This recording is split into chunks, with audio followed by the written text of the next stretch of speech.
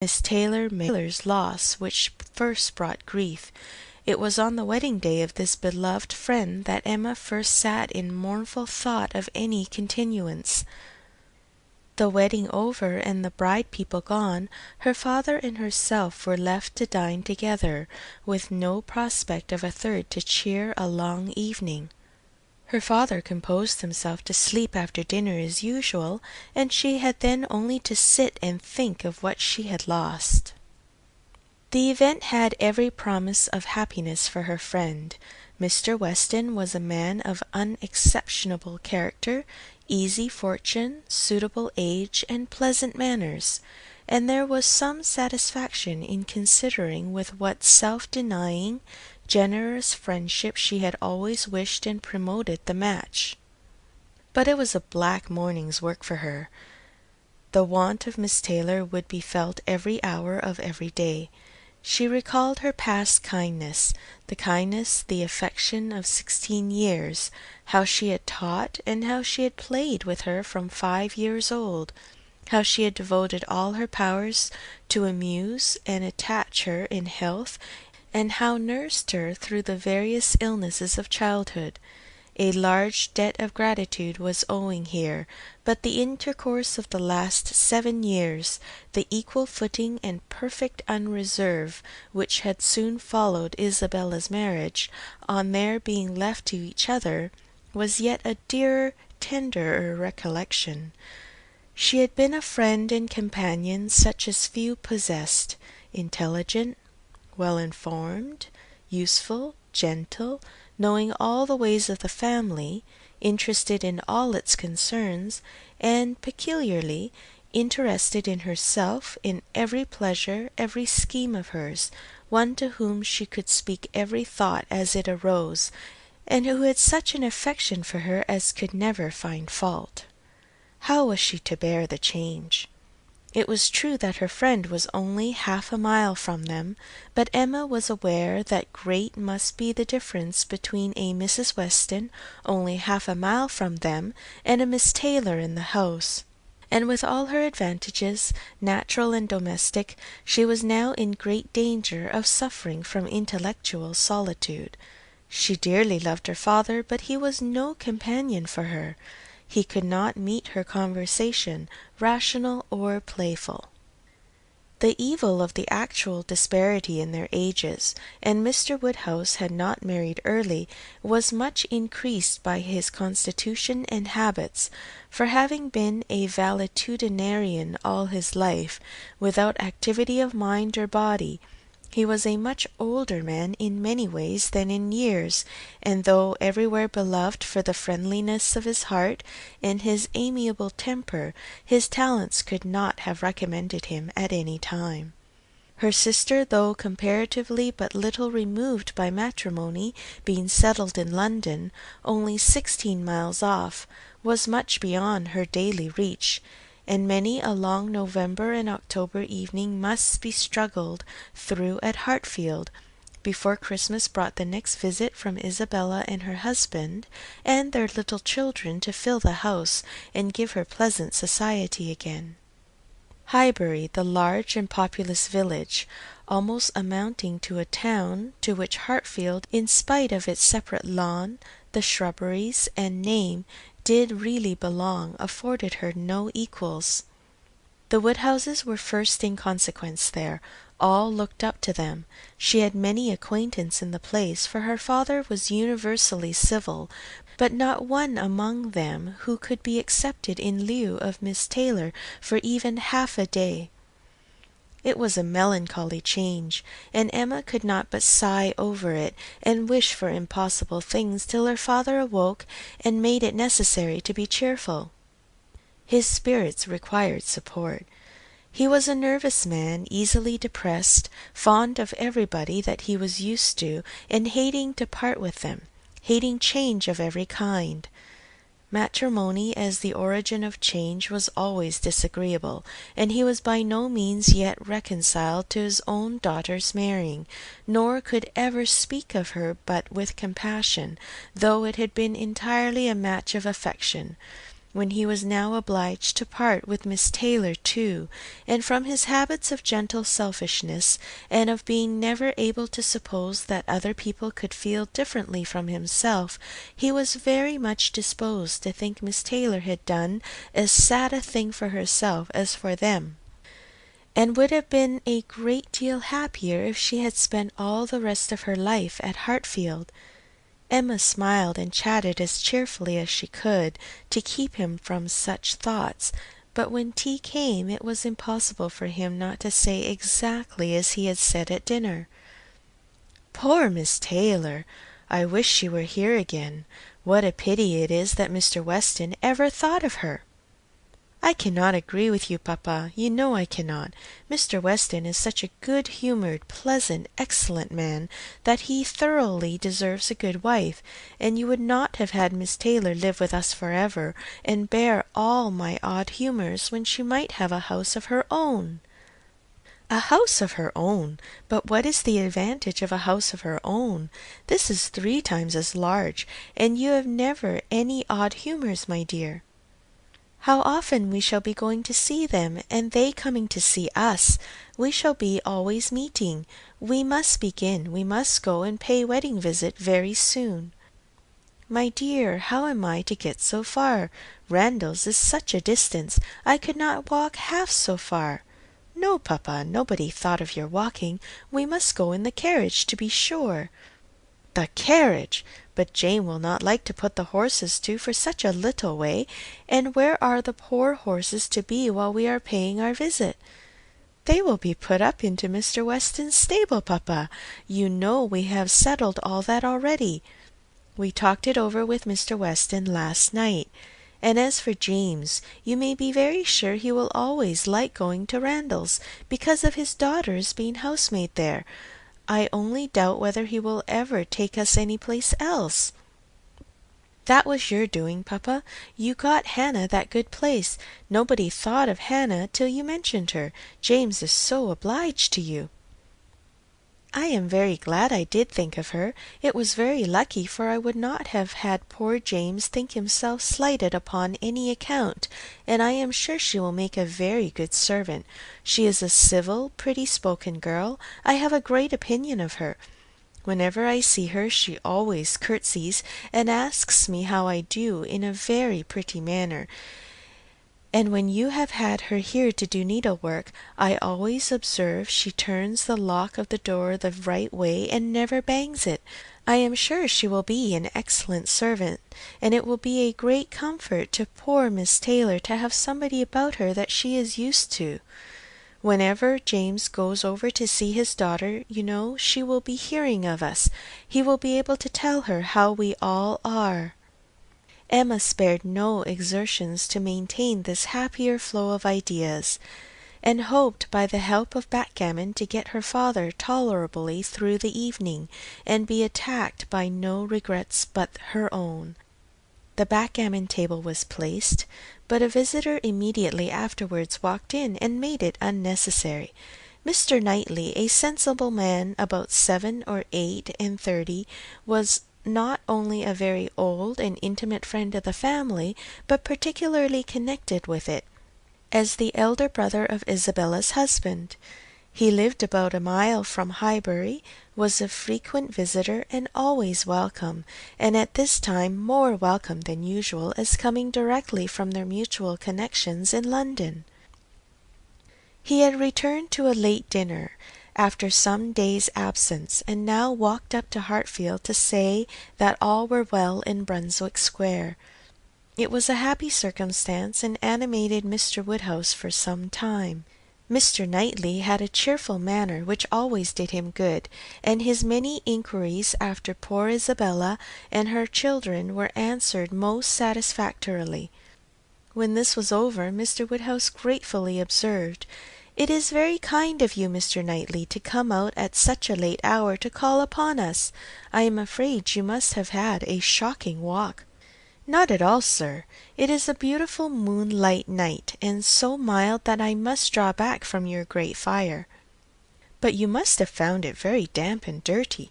I wish you may not catch cold." "Dirty, sir! Look at my shoes, not a speck on them." Well, that is quite surprising, for we have had a great deal of rain here. It rained dreadfully hard for half an hour while we were at breakfast. I wanted them to put off the wedding.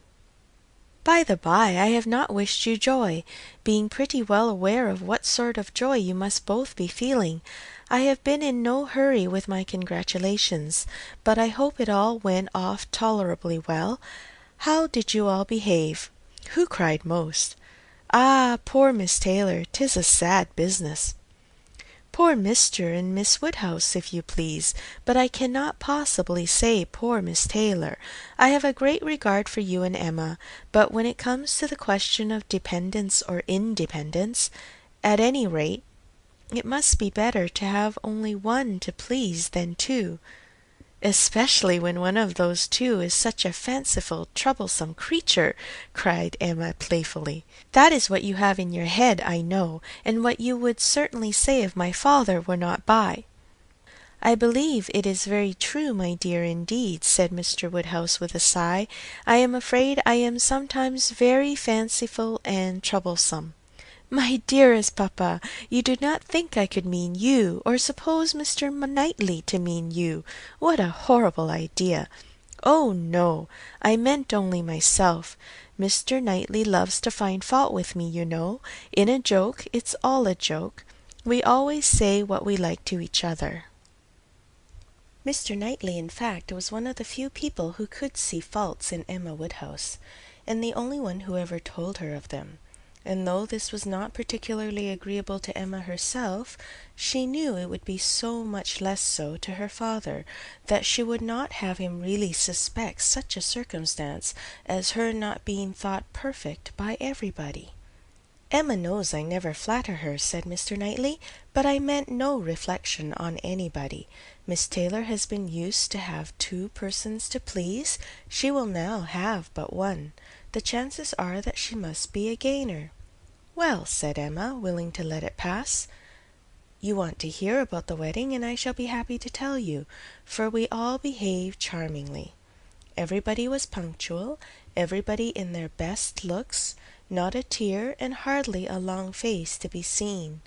Oh, no, we all felt that we were going to be only half a mile apart, and were sure of meeting every day. Dear Emma bears everything so well, said her father, but Mr. Knightley, she really is very sorry to lose poor Miss Taylor, and I am sure she will miss her more than she thinks for. Emma turned her head away, divided between tears and smiles. It is impossible that Emma should not miss such a companion, said Mr. Knightley. We should not like her so well as we do, sir, if we could suppose it, but she knows how much the marriage is to Miss Taylor's advantage.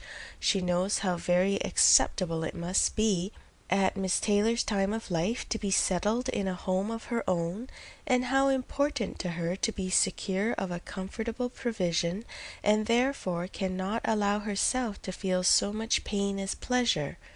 Every friend of Miss Taylor must be glad to have her so happily married.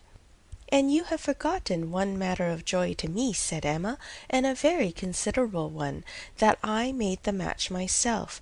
I made the match, you know, 4 years ago, and to have it take place and be proved in the right when so many people said Mr. Weston could never marry again may comfort me for anything. Mr. Knightley shook his head at her. Her father fondly replied, Ah, my dear, I wish you would not make matches and foretell things, for whatever you say always comes to pass. Pray do not make any more matches. I promise you to make none for myself, papa, but I must indeed for other people. It is the greatest amusement in the world, and after such success, you know, everybody said Mr. Weston would never marry again. Oh dear, no. Mr. Weston, who had been a widower for so long, and who seemed so perfectly comfortable without a wife, so constantly occupied either in his business in town or among his friends here, always acceptable wherever he went, always cheerful. Mr. Weston need not spend a single evening in the year alone if he did not like it. Oh, no. Mr. Weston certainly would never marry again.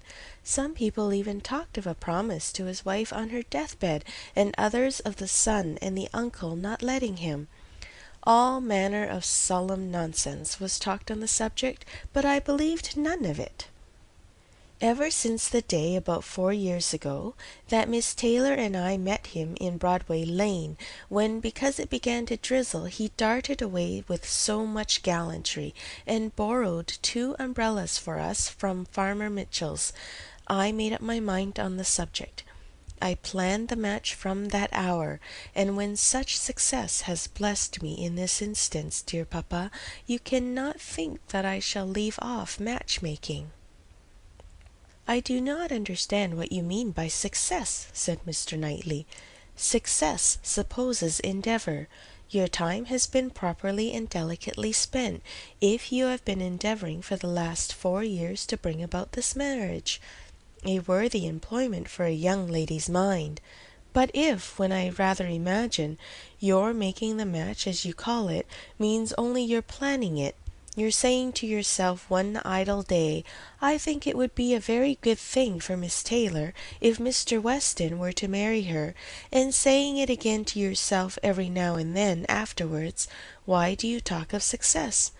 Where is your merit? What are you proud of? You made a lucky guess, and that is all that can be said." "And have you never known the pleasure and triumph of a lucky guess? I pity you. I thought you cleverer, for depend upon it a lucky guess is never merely luck. There is always some talent in it, and as to my poor word success, which you quarrel with, I do not know that I am so entirely without any claim of it. You have drawn 2 pretty pictures, but I think there may be a third, a something between the do-nothing and the do-all. If I had not promoted Mr. Weston's visits here, and given many little encouragements and smoothed many little matters, it might not have come to anything after all. I think you must know Hartfield enough to comprehend that. A straightforward, open-hearted man like Weston, and a rational, unaffected woman like Miss Taylor, may be safely left to manage their own concerns. You are more likely to have done harm to yourself than good to them by interference." "Emma never thinks of herself if she can do good for others," rejoined Mr. Woodhouse, understanding but in part. "But, my dear, pray do not make any more matches. They are silly things, and break up one's family circle grievously." "Only one more, papa, only Mr. Elton. Poor Mr. Elton! You like Mr. Elton, papa? I must look about for a wife for him. There is nobody in Highbury who deserves him, and he has been here a whole year, and has fitted up his house so comfortably that it would be a shame to have him single any longer. And I thought when he was joining their hands to-day, he looked so very much as if he would like to have the same kind office done for him. I think very well of Mr. Elton, and this is the only way I have of doing him a service."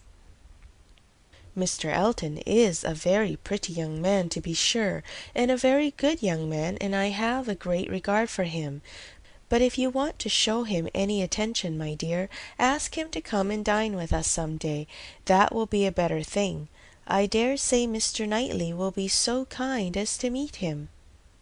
"With a great deal of pleasure, sir, at any time," said Mr. Knightley, laughing, "and I agree with you entirely that it will be a much better thing. Invite him to dinner, Emma, and help him to the best of the fish and the chicken, but leave him to choose his own wife. Depend on it, a man of 6 or 7 and 20 can take care of himself."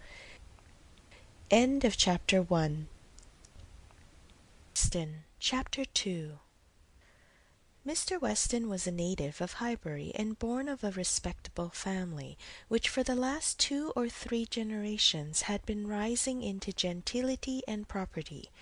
He had received a good education, but on succeeding early in life to a small independence, had become indisposed for any of the more homely pursuits in which his brothers were engaged, and had satisfied an active, cheerful mind and social temper by entering into the militia of his county, then embodied.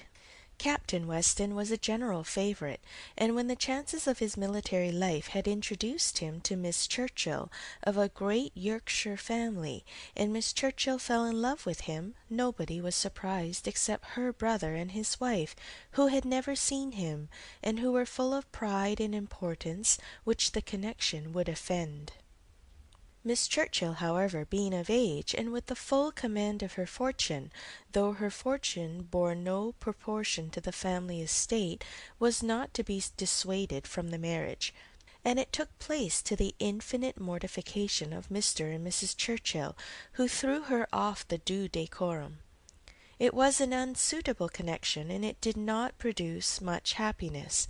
Mrs. Weston ought to have found more in it, for she had a husband whose warm heart and sweet temper made him think everything due to her in return for the great goodness of being in love with him. But though she had one sort of spirit, she had not the best. She had resolution enough to pursue her own will in spite of her brother, but not enough to refrain from unreasonable regrets at that brother's unreasonable anger, nor from missing the luxuries of her former home. They lived beyond their income, but still it was nothing in comparison to Enscombe. She did not cease to love her husband, but she wanted at once to be the wife of Captain Weston and Miss Churchill of Enscombe. Captain Weston, who had been considered, especially by the Churchills, as making such an amazing match, was proved to have much the worse of the bargain. For when his wife died after a 3 years' marriage, he was rather a poorer man than at first, and with a child to maintain. From the expense of the child, however, he was soon relieved. The boy had, with the additional softening claim of a lingering illness of his mother's, been the sort of reconciliation, and Mr. and Mrs. Churchill, having no children of their own, nor any other young creature of equal kindred to care for, offered to take the whole charge of the little Frank soon after her decease. Some scruples and some reluctance the widower father may be supposed to have felt, but as they were overcome by other considerations, the child was given up to the care and the wealth of the Churchills, and he had only his own comfort to seek and his own situation to improve as he could. A complete change of life became desirable. He quitted the militia and engaged in trade, having brothers already established in a good way in London, which afforded him a favourable opening. It was a concern which brought just employment enough. He had still a small house in Highbury, where most of his leisure days were spent, and between useful occupation and the pleasures of society, the next 18 or 20 years of his life passed cheerfully away. He had by that time realized in easy competence enough to secure the purchase of a little estate adjoining Highbury, which he had always longed for, enough to marry a woman as portionless even as Miss Taylor, and to live according to the wishes of his own friendly and social disposition. It was now some time since Miss Taylor had begun to influence his schemes, but as it was not the tyrannic influence of youth on youth, it had not shaken his determination of never settling till he could purchase Randalls, and the sale of Randalls was long looked forward to. But he had gone steadily on, and these objects in view, till they were accomplished. He had made his fortune, bought his house, and obtained his wife, and was beginning a new period of existence with every probability of greater happiness than in any yet passed through. He had never been an unhappy man. His own temper had secured him from that, even in his first marriage, but his second must show him how delightful a well-judging and truly amiable woman could be, and must give him the pleasantest proof of its being a great deal better to choose than to be chosen, to excite gratitude than to feel it. He had only himself to please in his choice. His fortune was his own, for as to Frank, it was more than being tacitly brought up as his uncle's heir. It had become so avowed an adoption as to have him assume the name of Churchill on coming of age. It was most unlikely, therefore, that he should ever want his father's assistance. His father had no apprehension of it. The aunt was a capricious woman, and governed her husband entirely. But it was not in Mr. Weston's nature to imagine that any caprice could be strong enough to affect one so dear, and as he believed so deservedly dear. He saw his son every year in London, and was proud of him, and his fond report of him as a very fine young man had made Highbury feel a sort of pride in him too. He was looked on as sufficiently belonging to the place to make his merits and prospects of a kind of common concern. Mr. Frank Churchill was one of the boasts of Highbury, and a lively curiosity to see him prevailed, though the compliment was so little returned that he had never been out there in his life. His coming to visit his father had been talked of, but never achieved. Now, upon his father's marriage, it was very generally proposed as a most proper attention that this visit should take place. There was not a dissentient voice on the subject, either when Mrs. Perry drank tea with Mrs. and Miss Bates, or when Mrs. and Miss Bates returned the visit. Now was the time for Mr. Frank Churchill to come among them, and the hope strengthened when it was understood that he had written to his new mother on the occasion. For a few days every morning visit in Highbury included some mention of the handsome letter Mrs. Weston had received. "I suppose you have heard of the handsome letter Mr. Frank Churchill has written to Mrs. Weston. I understand it a very handsome letter indeed. Mr. Woodhouse told me of it. Mr. Woodhouse saw the letter, and he says he never saw such a handsome letter in his life." It was indeed a highly prized letter. Mrs. Weston had of course formed a very favourable idea of the young man, and such a pleasing attention was an irresistible proof of his great good sense, and a most welcome to every source and every expression of congratulation which her marriage had already secured. She felt herself a most fortunate woman, and she had lived long enough to know how fortunate she might well be thought where the only regret was for a partial separation from friends whose friendship for her had never cooled, and who could ill bear to part with her. She knew that at times she must be missed, and could not think without pain of Emma's losing a single pleasure, or suffering an hour's ennui from the want of her companionableness. But dear Emma was of no feeble character. She was no more equal to her situation than most girls would have been, and had sense and energy and spirits that might be hoped would bear her well and happily through its little difficulties and privations. And then there was such comfort in the very easy distance of Randalls from Hartfield, so convenient for even solitary female walking, and in Mr. Weston's disposition and circumstances, which would make the approaching season no hindrance to their spending half the evenings in the week together. Her situation was altogether the subject of hours of gratitude to Mrs. Weston, and of moments only of regret, and her satisfaction, her more than satisfaction, her cheerful enjoyment, was so just and so apparent that Emma, well as she knew her father, was sometimes taken by surprise at his being able to pity poor Miss Taylor, when they left her at Randalls in the centre of every domestic comfort, or saw her go away in the evening attended by her pleasant husband to a carriage of her own. But never did she go without Mr. Woodhouse's giving a gentle sigh, and saying, "Ah, poor Miss Taylor, she would be very glad to stay." There was no recovering Miss Taylor, nor much likelihood of ceasing to pity her.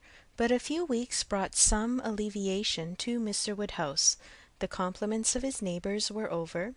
He was no longer teased by being wished joy of so sorrowful an event, and the wedding cake, which had been a great distress to him, was all eat up. His own stomach could bear nothing rich, and he could never believe other people to be different from himself. What was unwholesome to him he regarded as unfit for anybody, and he had therefore earnestly tried to dissuade them from having any wedding cake at all, and when that proved vain, as earnestly tried to prevent anybody's eating it. He had been at the pains of consulting Mr. Perry, the apothecary, on the subject. Mr. Perry was an intelligent, gentlemanlike man, whose frequent visits were one of the comforts of Mr. Woodhouse's life, and upon being applied to, he could not but acknowledge, though it seemed rather against the bias of inclination, that wedding cake might certainly disagree with many, perhaps with most people, unless taken moderately. With such an opinion, in confirmation of his own, Mr. Woodhouse hoped to influence every visitor of the newly married pair, but still the cake was eaten, and there was no rest for his benevolent nerves till it was all gone. There was a strange rumour in Highbury of all the little Perrys being seen with a slice of Mrs. Weston's wedding cake in their hands, but Mr. Woodhouse would never believe it. End of Chapter 2. Chapter 3. Mr. Woodhouse was fond of society in his own way. He liked very much to have his friends come and see him, and from various united causes, from his long residence at Hartfield, and his good nature, from his fortune, his house, and his daughter, he could command the visits of his own little circle in a great measure as he liked. He had not much intercourse with any families beyond that circle. His horror of late hours and large dinner parties made him unfit for any acquaintance but such as would visit him on his own terms. Fortunately for him, Highbury, including Randalls in the same parish, and Donwell Abbey in the parish adjoining, the seat of Mr. Knightley, comprehended many such. Not unfrequently, through Emma's persuasion, he had some of the chosen and the best to dine with him. But evening parties were what he preferred, and unless he fancied himself at any time unequal to company, there was scarcely an evening in the week in which Emma could not make up a card table for him. Real long-standing regard brought the Westons and Mr. Knightley, and by Mr. Elton, a young man living alone without liking it, the privilege of exchanging any vacant evening of his own blank solitude for the elegancies and society of Mr. Woodhouse's drawing-room, and the smiles of his lovely daughter, was in no danger of being thrown away. After these came a second set, among the most come at able of whom were Mrs. and Miss Bates and Mrs. Goddard, three ladies almost always at the service of an invitation from Hartfield, and who were fetched and carried home so often that Mr. Woodhouse thought it no hardship for either James or the horses. Had it taken place only once a year, it would have been a grievance. Mrs. Bates, the widow of a former vicar of Highbury, was a very old lady, almost past everything but tea. She lived with her single daughter in a very small way, and was considered with all the regard and respect which a harmless old lady, under such untoward circumstances, can excite. Her daughter enjoyed a most uncommon degree of popularity for a woman neither young, handsome, rich, nor married. Miss Bates stood in the very worst predicament in the world for having much of the public favour, and she had no intellectual superiority to make atonement to herself, or frighten those who might hate her into outward respect. She had never boasted either beauty or cleverness. Her youth had passed without distinction, and her middle of life was devoted to the care of a failing mother, and the endeavour to make a small income go as far as possible. And yet she was a happy woman, and a woman whom no one named without good-will. It was her own universal good-will and contented temper which worked hers.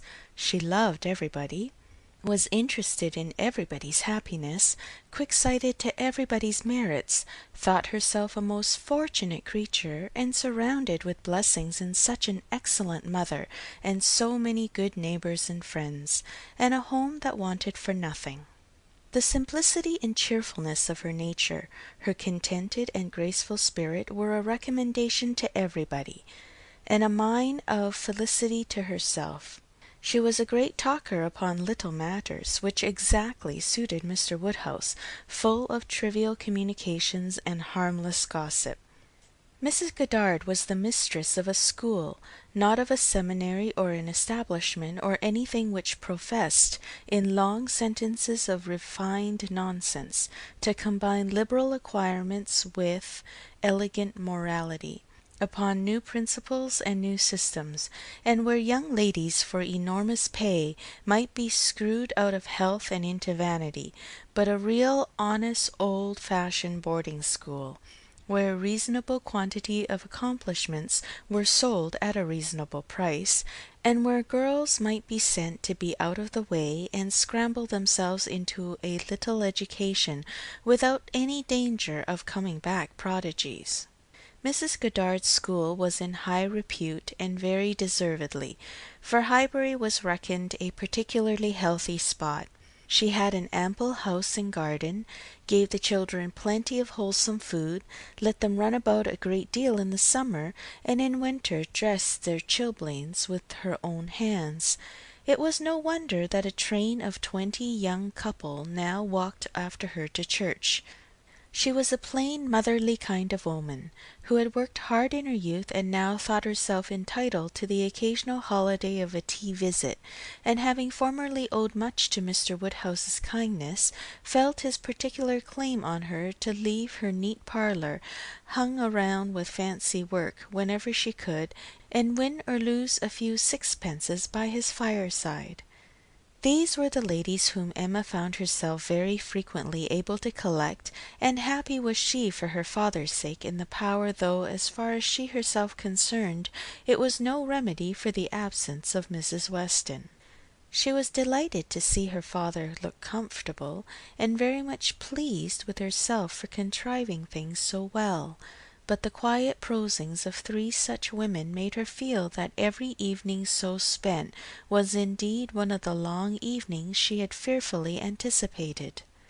As she sat one morning, looking forward to exactly such a close of the present day, a note was brought from Mrs. Goddard, requesting in most respectful terms to be allowed to bring Miss Smith with her, a most welcome request, for Miss Smith was a girl of 17 who Emma knew very well by sight, and had long felt an interest in on account of her beauty. A very gracious invitation was returned, and the evening no longer dreaded by the fair mistress of the mansion. Harriet Smith was the natural daughter of somebody. Somebody had placed her several years back at Mrs. Goddard's school, and somebody had lately raised her from the condition of scholar to that of parlour boarder. This was all that was generally known of her history. She had no visible friends but what had been acquired in Highbury, and was now just returned from a long visit in the country to some young ladies who had been at school there with her. She was a very pretty girl, and her beauty happened to be of a sort which Emma particularly admired. She was short, plump, and fair, with a fine bloom, blue eyes, light hair, regular features, and a look of great sweetness, and before the end of the evening Emma was as much pleased with her manners as her person, and quite determined to continue the acquaintance. She was not struck by anything remarkably clever in Miss Smith's conversation, but she found her altogether very engaging, not inconveniently shy, not unwilling to talk, and yet so far from pushing, showing so proper and becoming a deference, seeming so pleasantly grateful for being admitted to Hartfield, and so artlessly impressed by the appearance of everything in so superior a style to which she had been used to, that she must have good sense and deserve encouragement. Encouragement should be given. Those soft blue eyes and all those natural graces should not be wasted on the inferior society of Highbury and its connections. The acquaintance she had already formed were unworthy of her. The friends from whom she had just parted, though very good sort of people, must be doing her harm. They were a family of the name Martin, whom Emma knew well by character as renting a large farm of Mr. Knightley, and residing in the parish of Donwell, Very creditably, she believed. She knew Mr. Knightley thought highly of them, but they must be coarse and unpolished, and very unfit to be the intimates of a girl who wanted only a little more knowledge and elegance to be quite perfect. She would notice her. She would improve her. She would detach her from her bad acquaintance and introduce her into good society. She would form her opinions and her manners. It would be an interesting and certainly a very kind undertaking, highly becoming her own situation in life, her leisure and powers. She was so busy in admiring those soft blue eyes, in talking and listening, and forming all these schemes in the in-betweens, that the evening flew away at a very unusual rate, and the supper-table, which always closed such parties, and for which she had been used to sit and watch the due time, was all set out and ready, and moved forwards to the fire before she was aware. With an alacrity beyond the common impulse of a spirit, which yet was never indifferent to the credit of doing everything well and attentively, with the real good-will of a mind delighted with its own ideas, did she then do all the honours of the meal, and helped and recommended the minced chicken and scalloped oysters with an urgency which she knew would be acceptable to the early hours and civil scruples of their guests. Upon such occasions poor Mr. Woodhouse's feelings were in sad warfare. He loved to have the cloth laid, but it had been the fashion of his youth, but his conviction of suppers being very unwholesome made him rather sorry to see anything put on it, and while his hospitality would have welcomed his visitors to everything, his care for their health made him grieve that they should eat.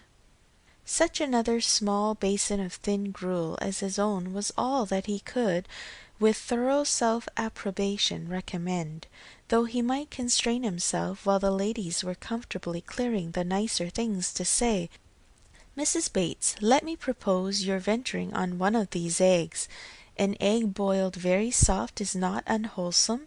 Surly recommended boiling an egg better than anybody. I would not recommend an egg boiled by anybody else, but you need not be afraid they are very small. You see, one of our small eggs will not hurt you. Miss Bates, let Emma help you to a little bite of tart, a very little bit. Ours are all apple tarts. You need not be afraid of unwholesome preserves here. I do not advise the custard. Mrs. Goddard, what say you to half a glass of wine, a small half-glass, put into a tumbler of water? I do not think it could disagree with you." Emma allowed her father to talk, but supplied her visitors in a much more satisfactory style, and on the present evening had particular pleasure in sending them away happy. The happiness of Miss Smith was quite equal to her intentions. Miss Woodhouse was so great a personage in Highbury that the prospect of the introduction had given as much panic as pleasure, but the humble, grateful little girl went off with highly gratified feelings, delighted with the affability with which Miss Woodhouse had treated her all evening, and actually shaken hands with her at last. Chapter 4. Harriet Smith's intimacy at Hartfield was soon a settled thing. Quick and decided in her ways, Emma lost no time in inviting, encouraging, and telling her to come very often, and as their acquaintance increased, so did their satisfaction in each other. As a walking companion, Emma had very early foreseen how useful she might find her. In that respect, Mrs. Weston's loss had been important. Her father never went beyond the shrubbery, where 2 divisions of the ground sufficed him for his long walk, or his short, as the year varied. And since Mrs. Weston's marriage, her exercise had been too much confined. She had ventured once alone to Randalls, but it was not pleasant, and a Harriet Smith, therefore, one whom she could summon at any time to a walk, would be a valuable addition to her privileges. But in every respect, as she saw more of her, she approved her, and was confirmed in all her kind designs. Harriet certainly was not clever, but she had a sweet, docile, grateful disposition, and was totally free from conceit, and only desiring to be guided by anyone she looked up to. Her early attachment to herself was very amiable, and her inclination for good company, and power of appreciating what was elegant and clever, showed that there was no want of taste, though strength of understanding must not be expected. Altogether she was quite convinced of Harriet Smith's being exactly the young friend she wanted, exactly the something which her home required. Such a friend as Mrs. Weston was out of the question. Two such could never be granted. Two such she did not want. It was quite a different sort of thing, a sentiment distinct and independent. Mrs. Weston was the object of a regard which had its basis in gratitude and esteem. Harriet would be loved as one to whom she could be useful. For Mrs. Weston there was nothing to be done. For Harriet, everything. Her first attempts at usefulness were an endeavour to find out who were the parents, but Harriet could not tell. She was ready to tell everything in her power, but on this subject questions were vain. Emma was obliged to fancy what she liked, but she could never believe that in the same situation she should not have discovered the truth. Harriet had no penetration. She had been satisfied to hear and believe just what Mrs. Goddard chose to tell her, and looked no farther. Mrs. Goddard, and the teachers, and the girls, and the affairs of the school in general, formed naturally a great part of the conversation, and but for her acquaintance with the Martins of Abbey Mill Farm, it must have been the whole. But the Martins occupied her thoughts a good deal. She had spent 2 very happy months with them, and now loved to talk of the pleasures of her visit, and describe the many comforts and wonders of the place. Emma encouraged her talkativeness, amused by such a picture of another set of beings, and enjoying the youthful simplicity which could speak with so much exultation of Mrs. Martin's having 2 parlours, 2 very good parlours, indeed, one of them quite as large as Mrs. Goddard's drawing-room, and of her having an upper maid who had lived 25 years with her, and of their having 8 cows, 2 of them Alderneys, and 1 a little Welsh cow, a very pretty little Welsh cow indeed.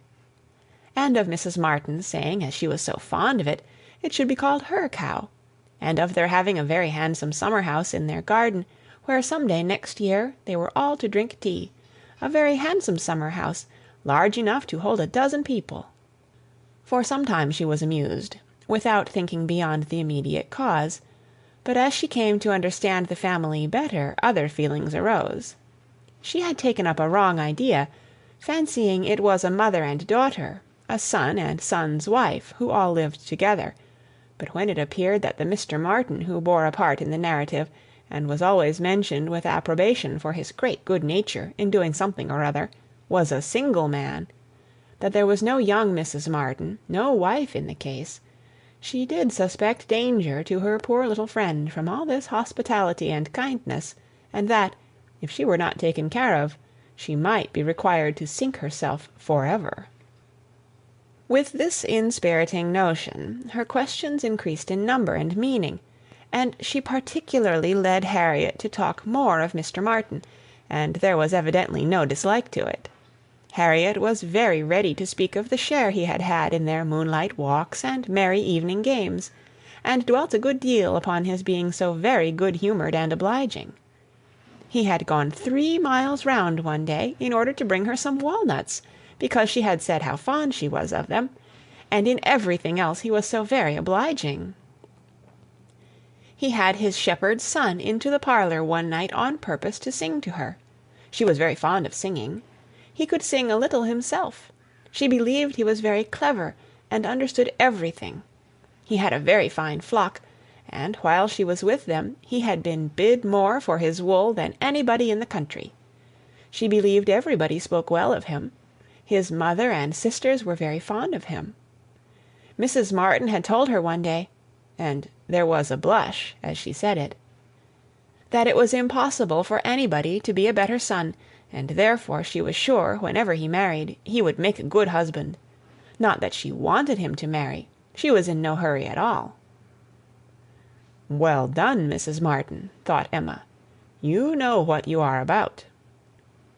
And when she had come away, Mrs. Martin was so very kind as to send Mrs. Goddard a beautiful goose, the finest goose Mrs. Goddard had ever seen. Mrs. Goddard had dressed it on a Sunday, and asked all the 3 teachers, Miss Nash and Miss Prince and Miss Richardson, to sup with her. Mr. Martin, I suppose, is not a man of information beyond the line of his own business. He does not read. Oh, yes, that is, no, I do not know, but I believe he has read a good deal, but not what you would think anything of. He reads the agricultural reports, and some other books that lay in one of the window-seats, but he reads all them to himself. But sometimes of an evening, before we went to cards, he would read something aloud out of the elegant extracts, very entertaining. And I know he has read the Vicar of Wakefield. He never read the Romance of the Forest, nor the Children of the Abbey. He had never heard of such books before I mentioned them, but he is determined to get them now as soon as ever he can. The next question was, what sort of looking man is Mr. Martin? Oh, not handsome, not at all handsome. I thought him very plain at first, but I do not think him so plain now. One does not, you know, after a time. But did you never see him? He is in Highbury every now and then, and he is sure to ride through every week in his way to Kingston. He has passed you very often. That may be, and I may have seen him 50 times, but without having any idea of his name. A young farmer, whether on horseback or on foot, is the very last sort of person to raise my curiosity. The yeomanry are precisely the order of people with whom I feel I can have nothing to do.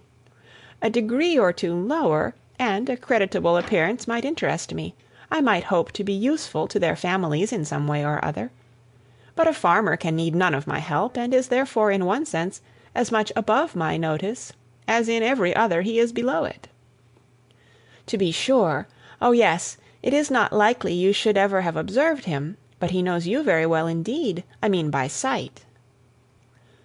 I have no doubt of his being a very respectable young man. I know indeed that he is so, and as such wish him well. What do you imagine his age to be?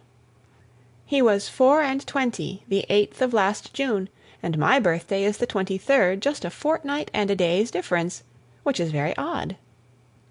Only 24. That is too young to settle. His mother is perfectly right not to be in a hurry. They seem very comfortable as they are, and if she were to take any pains to marry him, she would probably repent it. 6 years hence, if he could meet with a good sort of young woman in the same rank as his own, with a little money, it might be very desirable. 6 years hence! Dear Miss Woodhouse, he would be 30 years old. Well, and that is as early as most men can afford to marry, who are not born to an independence. Mr. Martin, I imagine, has his fortune entirely to make, cannot be at all beforehand with the world. Whatever money he might come into when his father died, whatever his share of the family property, it is, I dare say, all afloat, all employed in his stock, and so forth, and though with diligence and good luck he may be rich in time, it is next to impossible that he should have realized anything yet. To be sure, so it is, but they live very comfortably. They have no indoors man, else they do not want for anything, and Mrs. Martin talks of taking a boy another year. I wish you may not get into a scrape, Harriet, whenever he does marry. I mean, as to being acquainted with his wife, for though his sisters, from a superior education, are not to be altogether objected to, it does not follow that he might marry anybody at all fit for you to notice. The misfortune of your birth ought to make you particularly careful as to your associates.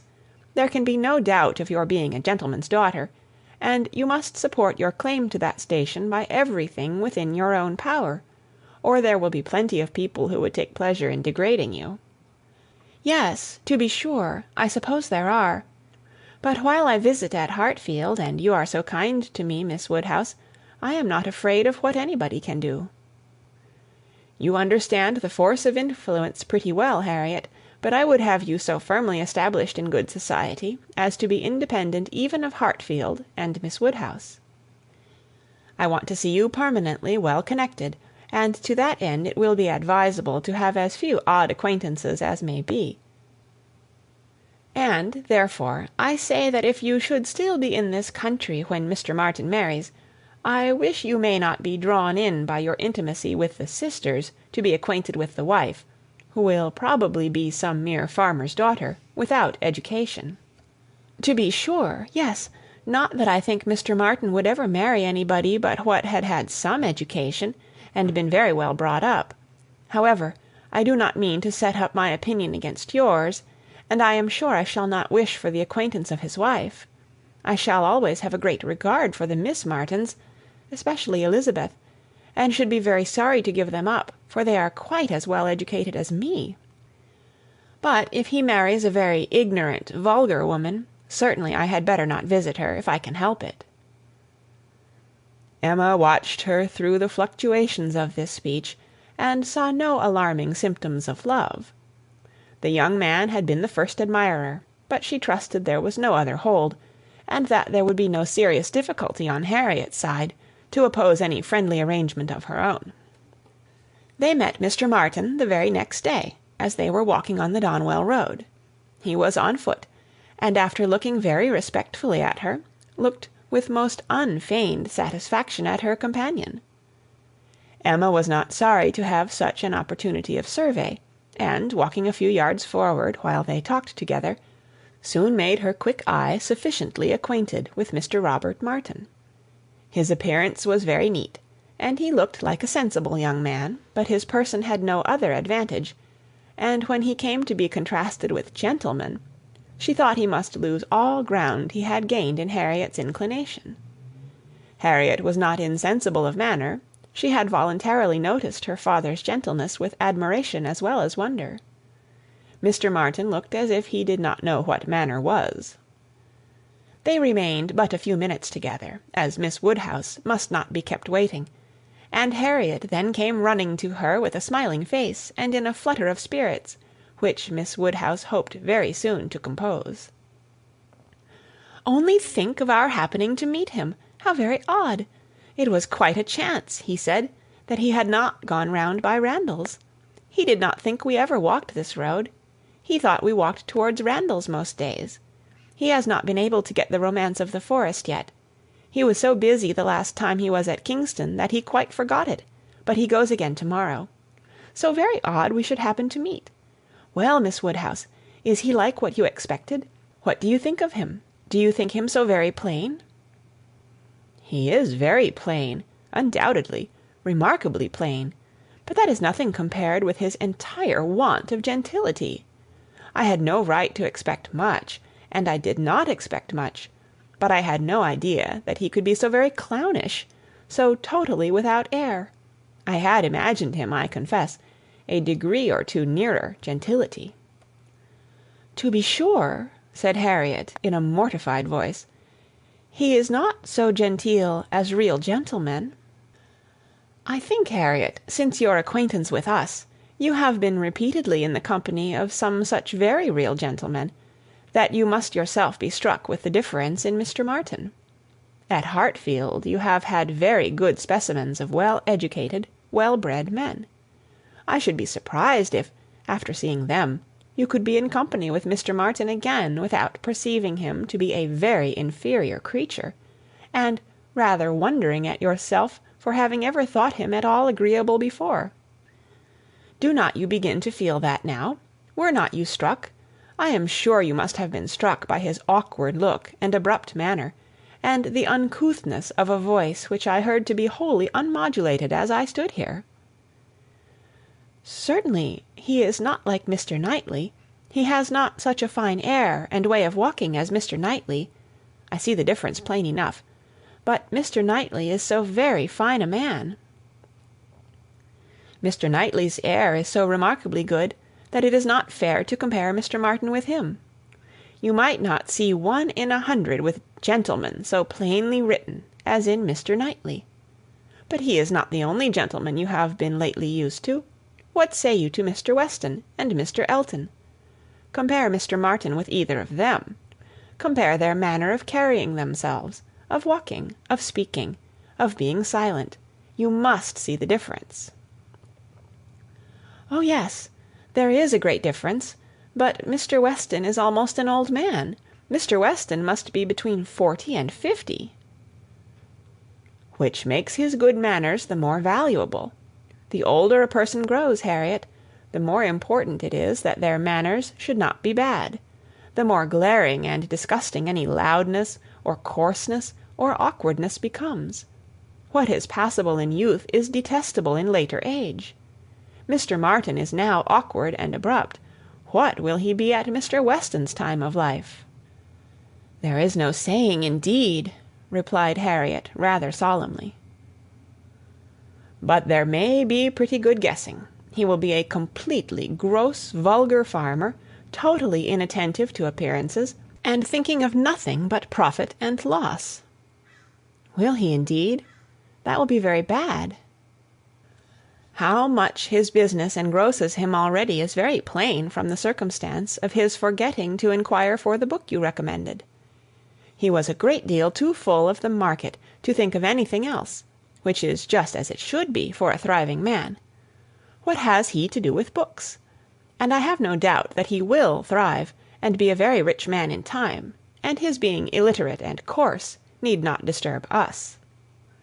I wonder he did not remember the book, was all Harriet's answer, and spoken with a degree of grave displeasure which Emma thought might be safely left to itself. She therefore said no more for some time.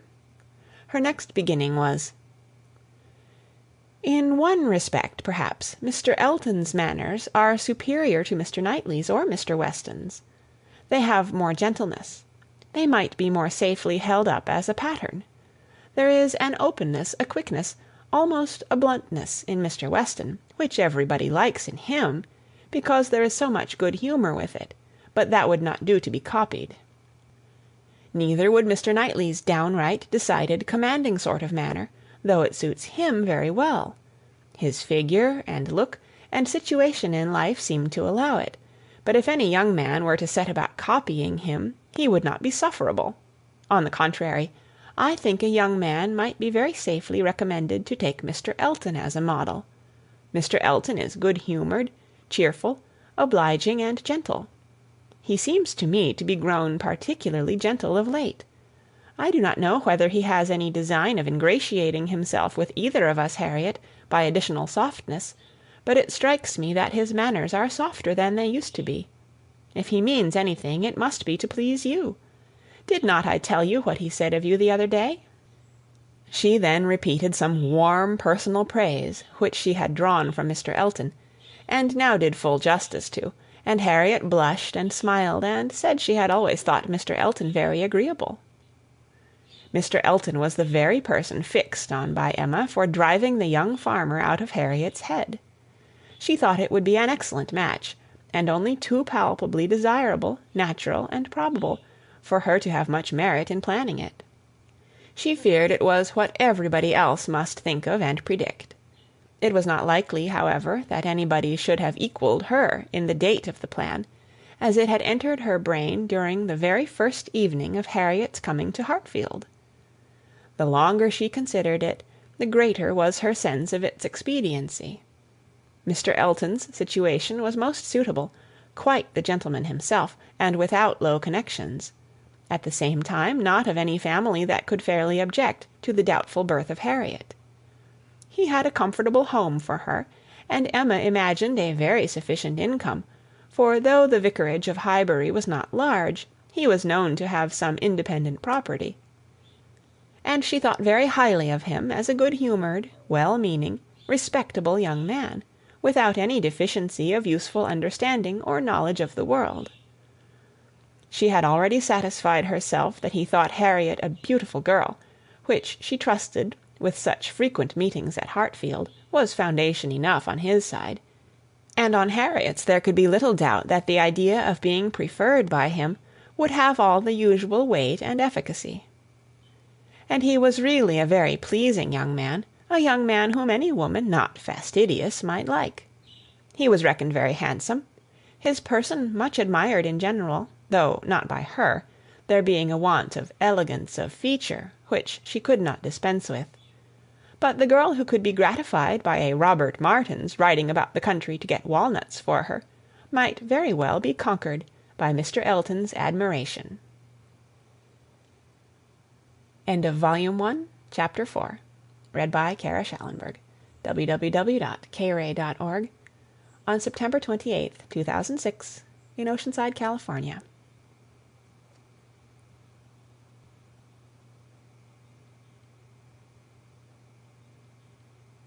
Austen, Chapter 5. "I do not know what your opinion may be, Mrs. Weston," said Mr. Knightley, "of this great intimacy between Emma and Harriet Smith, but I think it a bad thing." "A bad thing? Do you really think it a bad thing? Why so?" "I think they will neither of them do the other any good." "You surprise me.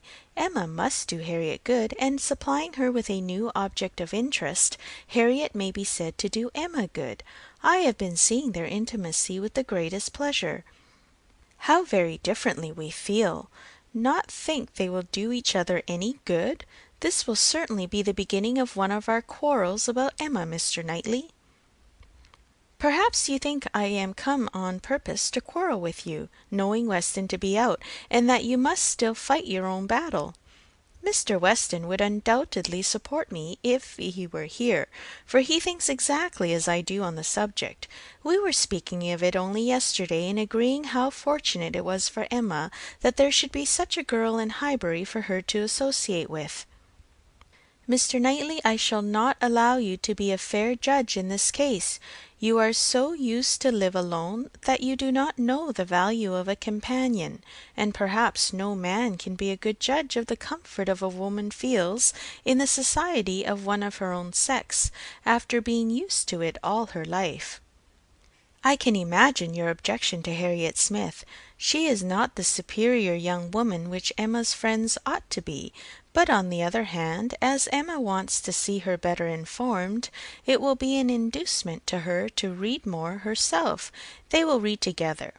She means it, I know." "Emma has been meaning to read more ever since she was 12 years old. I have seen a great many lists of her drawing up at various times of books that she meant to read regularly through, and very good lists they were, very well chosen and very neatly arranged, sometimes alphabetically, and sometimes by some other rule. The list she drew up when she was only 14, I remember thinking it did her judgment so much credit that I preserved it some time. And I dare say she may have made out a very good list now, but I have done with expecting any course of steady reading from Emma. She will never submit to anything requiring industry and patience, and a subject of the fancy to the understanding. Where Miss Taylor failed to stimulate, I may safely affirm that Harriet Smith will do nothing. You never could persuade her to read half so much as you wished. You know you could not." "I dare say," replied Mrs. Weston, smiling, "that I thought so then, but since we have parted, I can never remember Emma's omitting to do anything I wished." "There is hardly any desiring to refresh such a memory as that," said Mr. Knightley feelingly, and for a moment or two he had done. "But I," he soon added, "who have had no such charm thrown over my senses, must still see, hear, and remember. Emma is spoiled by being the cleverest of her family. At 10 years old she had the misfortune of being able to answer questions which puzzled her sister at 17. She was always quick and assured, Isabella slow and diffident. And ever since she was 12, Emma has been mistress of the house and of you all. In her mother she lost the only person able to cope with her. She inherits her mother's talents, and must have been under subjection to her. I should have been sorry, Mr. Knightley, to be dependent on your recommendation. Had I quitted Mr. Woodhouse's family and wanted another situation, I do not think you would have spoken a good word for me to anybody. I am sure you always thought me unfit for the office I held." "Yes," said he, smiling, "you are better placed here, very fit for a wife, but not at all for a governess. But you were preparing yourself to be an excellent wife all the time you were at Hartfield.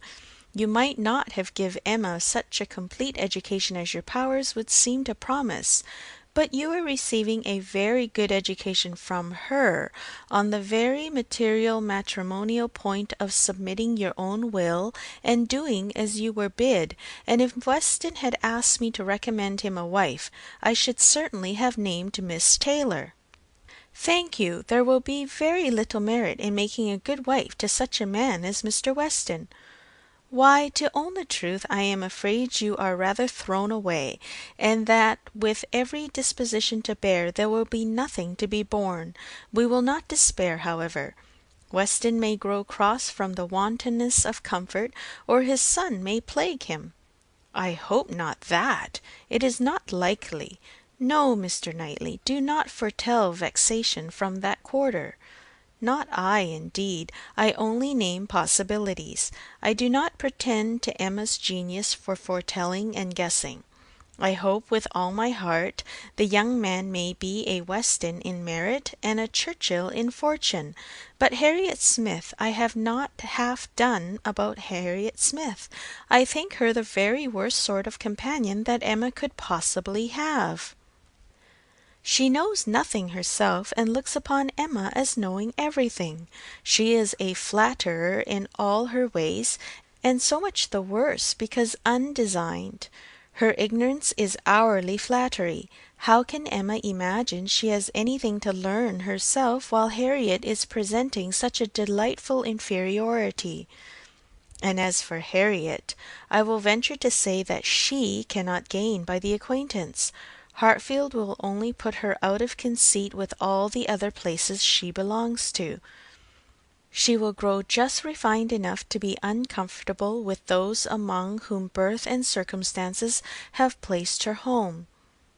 I am much mistaken if Emma's doctrines give any strength of mind, or tend at all to make a girl adapt herself rationally to the varieties of her situation in life.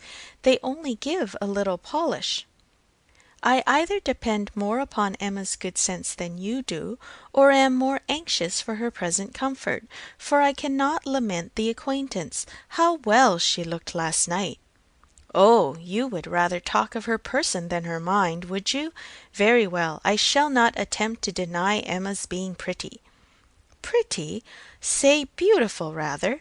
Can you imagine anything nearer perfect beauty than Emma altogether, face and figure? I do not know what I could imagine, but I confess that I have seldom seen a face or figure more pleasing to me than hers, but I am a partial old friend. Such an eye, the true hazel eye, and so brilliant, regular features, open countenance, with a complexion, oh, what a bloom of full health, and such a pretty height and size, such a firm and upright figure. There is health not merely in her bloom, but in her hair, her head, her glance. One hears sometimes of a child being the picture of perfect health. Now Emma always gives me the idea of being the complete picture of grown-up health. She is loveliness itself. Mr. Knightley, is not she? I have not a fault to find with her person, he replied. I think her all you describe. I love to look at her, and I will add this praise, that I do not think her personally vain. Considering how very handsome she is, she appears to be little occupied with it. Her vanity lies another way. Mrs. Weston, I am not to be talked out of my dislike of Harriet Smith, or my dread of its doing them both harm. And I, Mr. Knightley, am equally stout in my confidence of its not doing them any harm. With all dear Emma's little faults, she is an excellent creature. Where shall we see a better daughter, or a kinder sister, or a truer friend? No, no, she has qualities which may be trusted. She will never lead any one really wrong. She will make no lasting blunder. Where Emma errs once, she is in the right 100 times. Very well, I will not plague you any more. Emma shall be an angel, and I will keep my spleen to myself till Christmas brings John and Isabella. John loves Emma with a reasonable, and therefore not a blind affection, and Isabella always thinks as he does, except when he is not quite frightened enough about the children. I am sure of having their opinions with me. I know that you all love her really too well to be unjust or unkind, but excuse me, Mr. Knightley, if I take the liberty, I consider myself, you know, as having somewhat of the privilege of speech that Emma's mother might have had, the liberty of hinting that I do not think any possible good can arise from Harriet Smith's intimacy being made a matter of much discussion among you. Pray excuse me. But supposing any little inconvenience may be apprehended from the intimacy, it cannot be expected that Emma, accountable to nobody but her father, who perfectly approves the acquaintance, should put an end to it so long as it is a source of pleasure to herself. It has been so many years my province to give advice, that you cannot be surprised, Mr. Knightley, at this little remains of office. Not at all, cried he. I am very much obliged to you for it. It is very good advice, and it shall have a better fate than your advice has often found, for it shall be attended to. Mrs. John Knightley is easily alarmed, and might be made unhappy about her sister. Be satisfied, said he, I will not raise any outcry. I will keep my ill humour to myself. I have a very sincere interest in Emma. Isabella does not seem more my sister, has never excited a greater interest, perhaps hardly so great. There is an anxiety, a curiosity in what one feels for Emma. I wonder what will become of her. So do I, said Mrs. Weston gently, very much. She always declares she will never marry, which of course means just nothing at all, but I have no idea that she has yet ever seen a man she cared for. It would not be a bad thing for her to be very much in love with a proper object. I should like to see Emma in love, and in some doubt of a return. It would do her good. But there is nobody hereabouts to attach her, and she goes so seldom from home. There does indeed seem as little to tempt her to break her resolution at present, said Mrs. Weston, as can well be, and while she is so happy at Hartfield, I cannot wish her to be forming any attachment which would be creating such difficulties on poor Mr. Woodhouse's account. I do not recommend matrimony at present to Emma, though I mean no slight to the state, I assure you. Part of her meaning was to conceal some favourite thoughts of her own and Mr. Weston's on the subject, as much as possible. There were wishes at Randalls respecting Emma's destiny, but it was not desirable to have them suspected, and the quiet transition which Mr. Knightley soon afterwards made to "What does Weston think of the weather?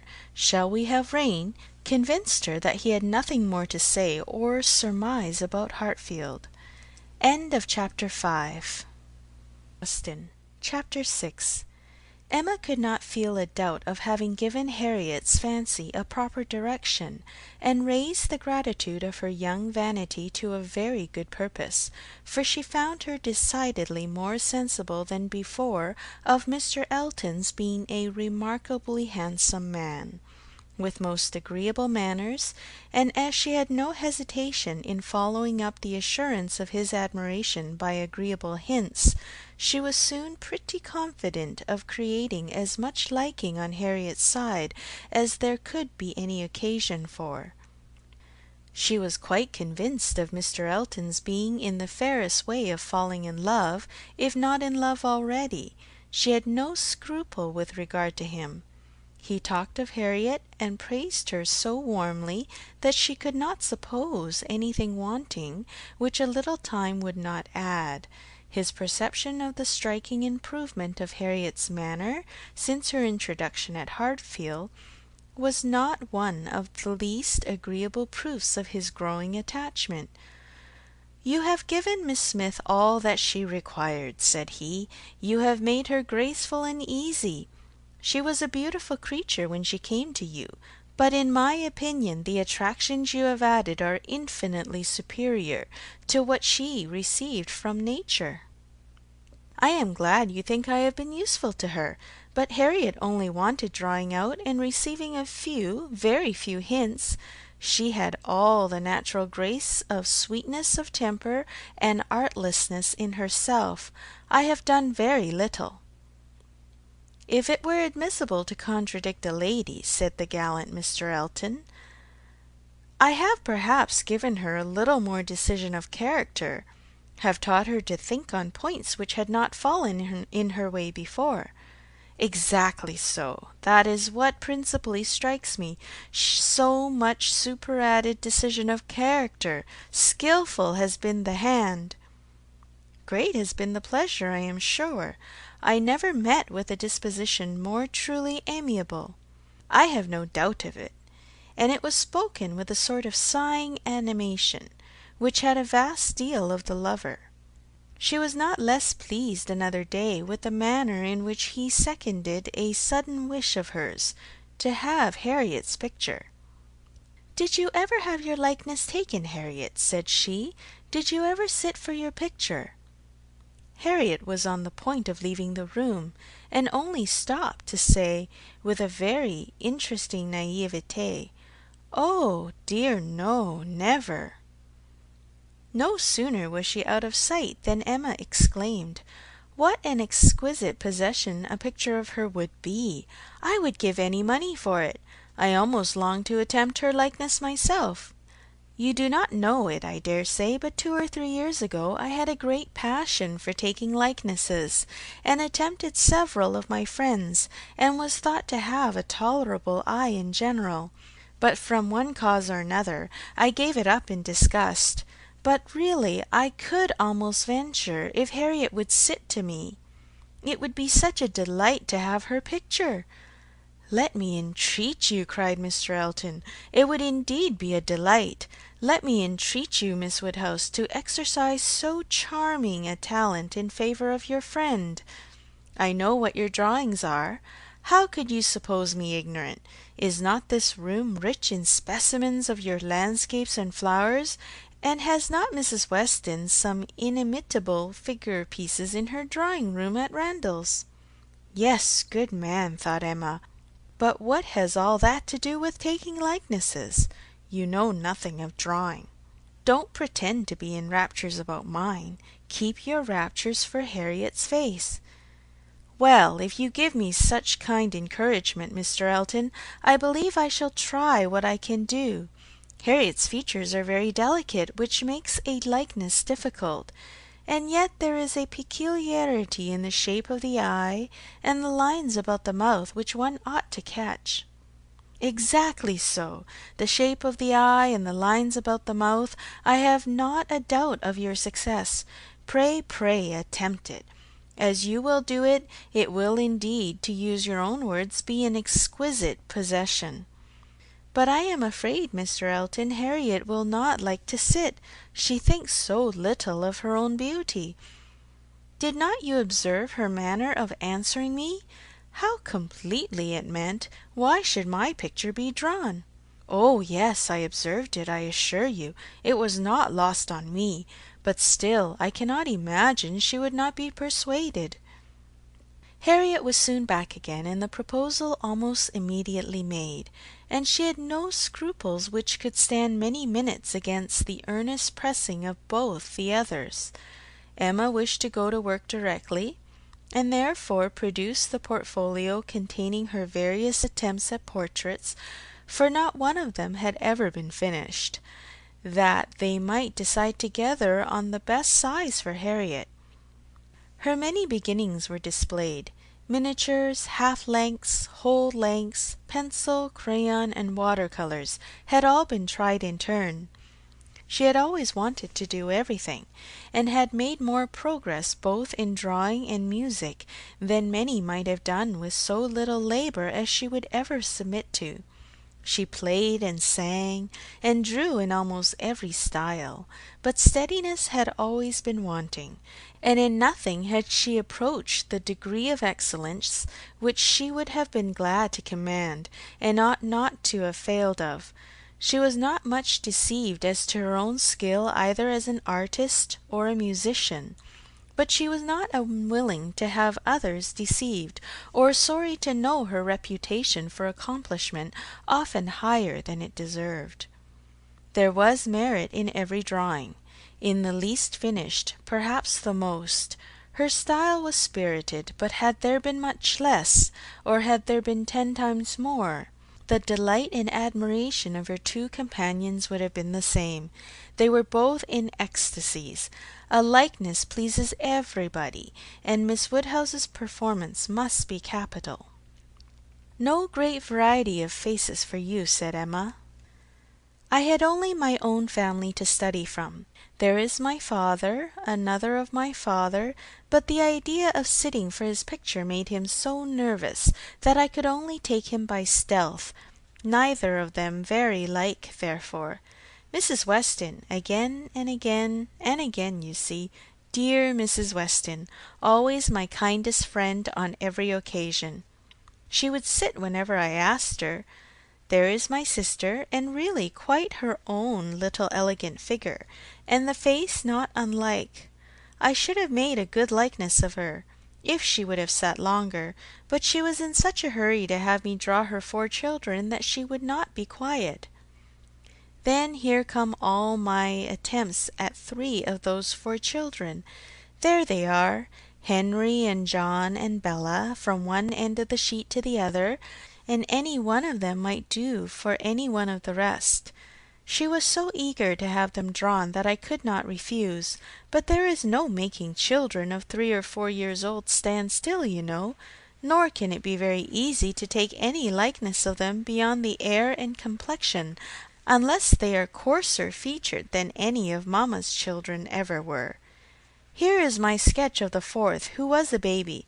I took him as he was sleeping on the sofa, and it is as strong a likeness of his cockade as you would wish to see. He had nestled down his head most conveniently. That's very like. I am rather proud of little George. The corner of the sofa is very good. Then here is my last, enclosing a pretty sketch of a gentleman in small size, whole length.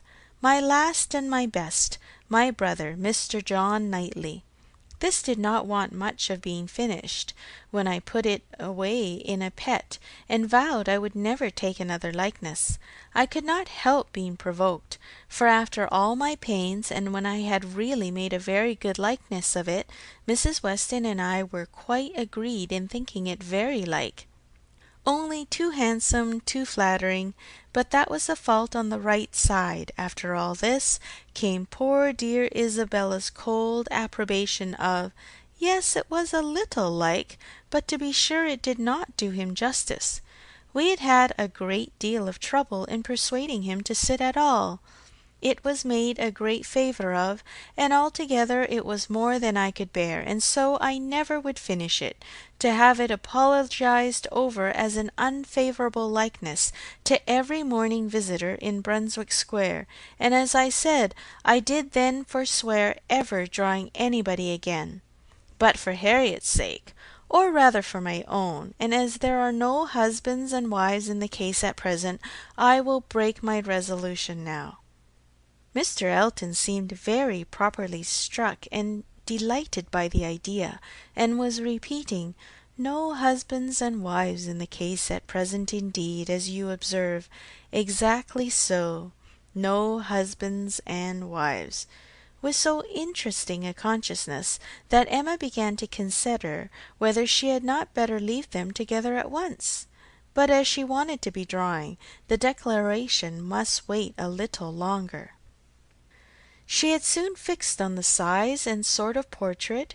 It was to be a whole length in water-colours, like Mr. John Knightley's, and was destined, if she could please herself, to hold a very honourable station over the mantelpiece. The sitting began, and Harriet, smiling and blushing, and afraid of not keeping her attitude and countenance, presented a very sweet mixture of youthful expression to the steady eyes of the artist. But there was no doing anything, with Mr. Elton fidgeting behind her, and watching every touch. She gave him credit for stationing himself where he might gaze and gaze again without offence, but was really obliged to put an end to it, and request him to place himself elsewhere. It then occurred to her to employ him in reading. If he would be so good as to read to them, it would be a kindness indeed. It would amuse away the difficulties of her part, and lessen the irksomeness of Miss Smith's.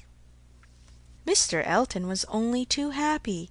Harriet listened, and Emma drew in peace. She must allow him to be still frequently coming to look; anything less would certainly have been too little in a lover. And he was ready at the smallest intermission of the pencil to jump up and see the progress and be charmed. There was no being displeased with such an encourager, for his admiration made him discern a likeness almost before it was possible. She could not respect his eye, but his love and his complaisance were unexceptionable. The sitting was altogether very satisfactory. She was quite enough pleased with the first day's sketch to wish to go on. There was no want of likeness. She had been fortunate in the attitude, and as she meant to throw in a little improvement to the figure, to give a little more height and considerably more elegance, she had great confidence of its being in every way a pretty drawing at last, and of its filling its destined place with credit to them both, a standing memorial of the beauty of one, the skill of the other, and the friendship of both, with as many other agreeable associations as Mr. Elton's very promising attachment was likely to add. Harriet was to sit again the next day, and Mr. Elton, just as he ought, entreated for the permission of attending and reading to them again. "By all means. We shall be most happy to consider you as one of the party."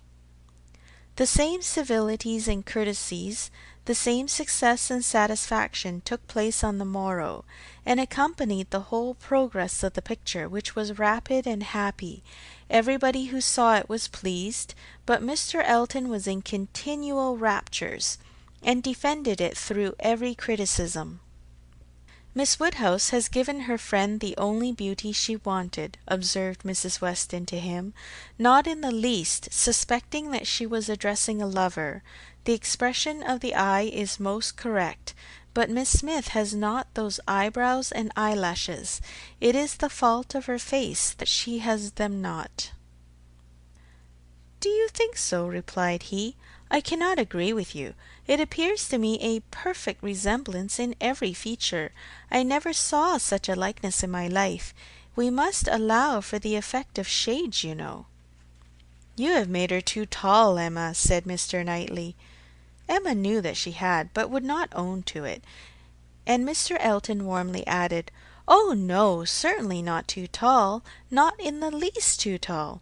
Consider she is sitting down, which naturally presents a different, which in short gives exactly the idea, and the proportions must be preserved, you know. Proportions, foreshortening, oh no. It gives one exactly the idea of such a height as Miss Smith's, exactly so indeed." "It is very pretty," said Mr. Woodhouse, "so prettily done, just as your drawings always are, my dear. I do not know anybody who draws as well as you do. The only thing I do not thoroughly like is that she seems to be sitting out of doors, with only a little shawl over her shoulders, and it makes one think she must catch cold." "But, dear papa, it is supposed to be a summer day, a warm day in summer. Look at the tree." "But it is never safe to go sit outdoors, my dear." "You, sir, may say anything," cried Mr. Elton, "but I must confess that I regard it as a most happy thought. The placing of Miss Smith out of doors, and the tree is touched with such inimitable spirit. Any other situation would have been much less in character. The naivete of Miss Smith's manners, and altogether, oh, it is most admirable. I cannot keep my eyes from it. I never saw such a likeness." The next thing wanted was to get the picture framed, and here were a few difficulties. It must be done directly. It must be done in London. The order must go through the hands of some intelligent person whose taste could be depended on, and Isabella, the usual doer of all commissions, could not be applied to, because it was December, and Mr. Woodhouse could not bear the idea of her stirring out of her house in the fogs of December. But no sooner was the distress known to Mr. Elton than it was removed. His gallantry was always on high alert. Might he be trusted with a commission? What infinite pleasure should he have in executing it? He could ride to London at any time.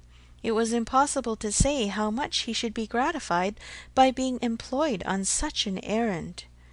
He was too good. She could not endure the thought. She would not give him such a troublesome office for the world. Brought on the desired repetition of entreaties and insurances, and a very few minutes settled the business. Mr. Elton was to take the drawing to London, choose the frame, and give the directions, and Emma thought she could so pack it as to ensure its safety without much incommoding him, while he seemed mostly fearful of not being incommoded enough. "What a precious deposit!" said he with a tender sigh, as he received it. "This man is almost too gallant to be in love," thought Emma. "I should say so, but that I suppose there may be 100 different ways of being in love. He is an excellent young man, and will suit Harriet exactly. It will be an exactly so, as he says himself, but he does sigh and languish, and study for compliments rather more than I could endure as a principal. I come in for a pretty good share as a second, but it is his gratitude on Harriet's account." Chapter 6. Jane Austen. Chapter 7. The very day of Mr. Elton's going to London produced a fresh occasion for Emma's services towards her friend. Harriet had been at Hartfield, as usual, soon after breakfast, and after a time had gone home to return again to dinner. She returned, and sooner than had been talked of, and with an agitated, hurried look, announcing something extraordinary to have happened which she was longing to tell. Half a minute brought it all out. She had heard as soon as she got back to Mrs. Goddard's that Mr. Martin had been there an hour before, and finding she was not at home, nor particularly expected, had left a parcel for her from one of his sisters and gone away. And on opening this parcel, she had actually found, besides the 2 songs which she had lent Elizabeth to copy, a letter to herself, and this letter was from him, from Mr. Martin, and contained a direct proposal of marriage. Who could have thought it? She was so surprised she did not know what to do. Yes, quite a proposal of marriage, and a very good letter, at least she thought so. And he wrote as if he really loved her very much, but she did not know, and so she was come as fast as she could to ask Miss Woodhouse what she should do. Emma was half ashamed of her friend for seeming so pleased and so doubtful. "Upon my word," she cried, "the young man is determined not to lose anything for want of asking. He will connect himself well if he can." "Will you read the letter?" cried Harriet. "Pray do. I'd rather you would." Emma was not sorry to be pressed. She read and was surprised. The style of the letter was much above her expectation. There were not merely no grammatical errors, but as a composition it would not have disgraced a gentleman. The language, though plain, was strong and unaffected, and the sentiments it conveyed very much to the credit of the writer. It was short, but expressed good sense, warm attachment, liberality, propriety, even delicacy of feeling. She paused over it, while Harriet stood anxiously watching for her opinion, with a "well, well," and was at last forced to add, "Is it a good letter, or is it too short?" "Yes, indeed, a very good letter," replied Emma rather slowly. "So good a letter, Harriet, that, everything considered, I think one of his sisters must have helped him. I can hardly imagine the young man whom I saw talking with you the other day could express himself so well, if left quite to his own powers, and yet it is not the style of a woman. No, certainly it is too strong and concise, not diffuse enough for a woman. No doubt he is a sensible man, and I suppose may have a natural talent for, thinks clearly and strongly, and when he takes a pen in hand, his thoughts naturally find proper words. It is so with some men. Yes, I understand the sort of mind, vigorous, decided, with sentiments to a certain point, not coarse. A better written letter, Harriet, returning it, than I had expected." "Well," said the still waiting Harriet, "well, and what shall I do?" "What shall you do? In what respect? Do you mean with regard to this letter?" "Yes." "But what are you in doubt of? You must answer it, of course, and speedily." "Yes, but what shall I say? Dear Miss Woodhouse, do advise me." "Oh, no, no! The letter had much better be all your own. You will express yourself very properly, I am sure. There is no danger of your not being intelligible, which is the first thing. Your meaning must be unequivocal, no doubts or demurs, and such expressions of gratitude and concern for the pain you are inflicting as propriety requires will present themselves unbidden to your mind, I am persuaded. You need not be prompted to write with the appearance of sorrow for his disappointment." "You think I ought to refuse him, then?" said Harriet, looking down. "Ought to refuse him? My dear Harriet, what do you mean? Are you in any doubt as to that? I thought, but I beg your pardon, perhaps I have been under a mistake. I certainly have been misunderstanding you, if you feel in doubt as to the purport of your answer. I have imagined you were consulting me only as to the wording of it." Harriet was silent. With a little reserve of manner, Emma continued, "You mean to return a favorable answer, I collect?" "No, I do not. That is, I do not mean. What shall I do? What would you advise me to do? Pray, dear Miss Woodhouse, tell me what I ought to do." "I shall not give you any advice, Harriet. I will have nothing to do with it. This is a point which you must settle with your feelings." "I had no notion that he liked me so very much," said Harriet, contemplating the letter. For a little while Emma persevered in her silence, but beginning to apprehend the bewitching flattery of that letter might be too powerful, she thought it best to say, "I lay it down as a general rule, Harriet, that if a woman doubts as to whether she should accept a man or not, she certainly ought to refuse him. If she can hesitate as to yes, she ought to say no directly. It is not a state to be safely entered into with doubtful feelings, with half a heart. I thought it my duty as a friend and older than yourself to say thus much to you, but do not imagine that I want to influence you. Oh, no, I am sure you are a great deal too kind to, but if you would just advise me what I had best do. No, no, I do not mean that. As you say, one's mind ought to be quite made up. One should not be hesitating. It is a very serious thing. It will be safer to say no, perhaps. Do you think I had better say no?" "Not for the world," said Emma, smiling graciously, "would I advise you either way. You must be the best person to judge your own happiness. If you prefer Mr. Martin to every other person, if you think him the most agreeable man you have ever been in company with, why should you hesitate? You blush, Harriet. Does anybody else occur to you at this moment under such a definition? Harriet, Harriet, do not deceive yourself. Do not be run away with by gratitude and compassion. At this moment, whom are you thinking of?" The symptoms were favorable. Instead of answering, Harriet turned away confused, and stood thoughtfully by the fire, and though the letter was still in her hand, it was now mechanically twisted about without regard. Emma waited the result with impatience, but not without strong hopes.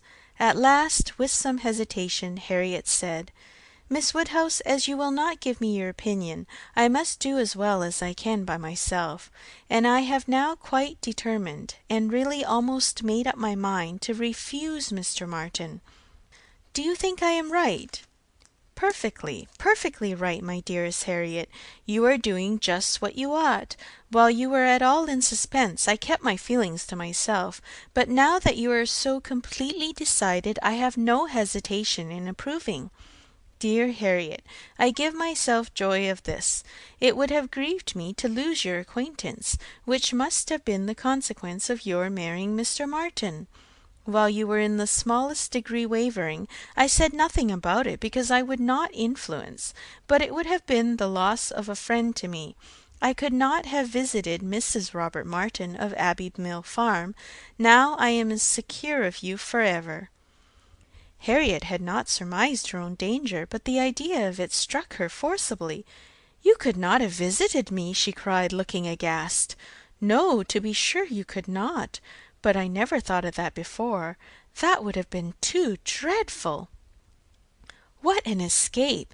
Dear Miss Woodhouse, I would not give up the pleasure and honour of being intimate with you for anything in the world. Indeed, Harriet, it would have been a severe pang to lose you, but it must have been.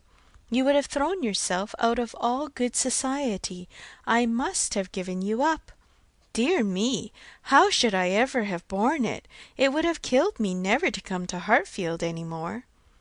Dear affectionate creature, you banished to Abbey Mill Farm, you confined to the society of the illiterate and vulgar all your life. I wonder how the young man could have the assurance to ask it. He must have a pretty good opinion of himself." "I do not think he is conceited either in general," said Harriet, her conscience opposing such censure. "At least he is very good natured, and I shall always feel much obliged to him, and have a great regard for, but that is quite a different thing from.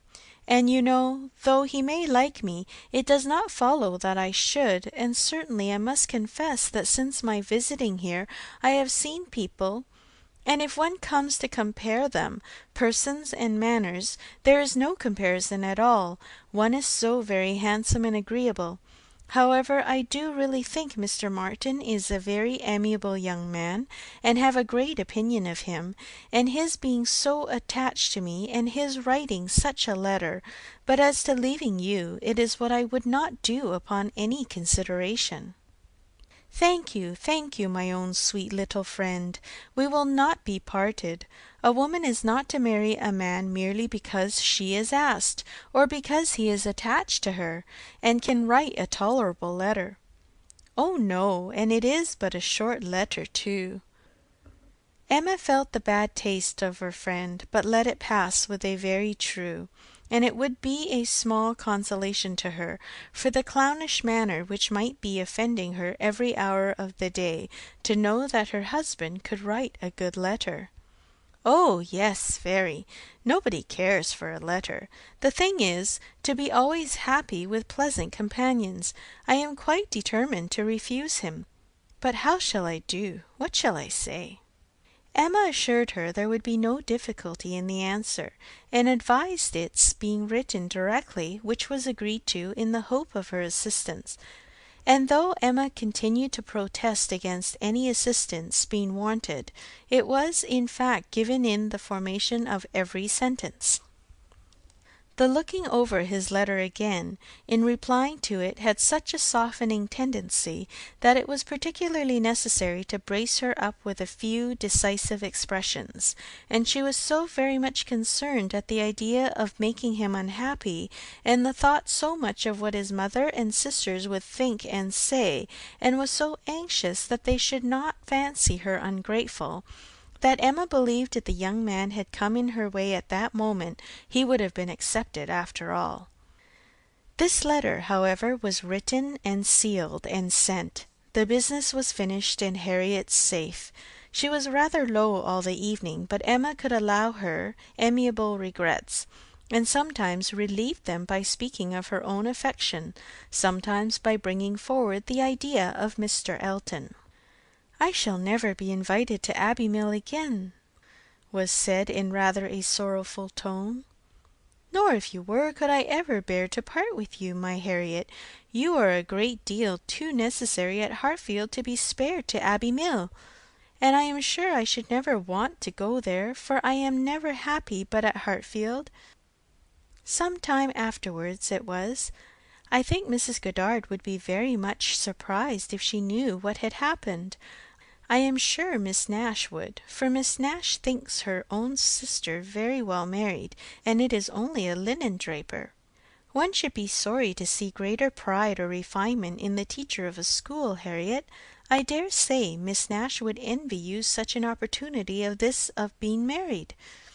Even this conquest would appear valuable in her eyes, As to anything superior for you, I suppose she is quite in the dark. The attentions of a certain person can hardly be among the tittle-tattle of Highbury yet. Hitherto I fancy you and I are the only people to whom his looks and manners have explained themselves." Harriet blushed and smiled, and said something about wondering that people should like her so much. The idea of Mr. Elton was certainly cheering, but still after a time she was tender-hearted again towards the rejected Mr. Martin.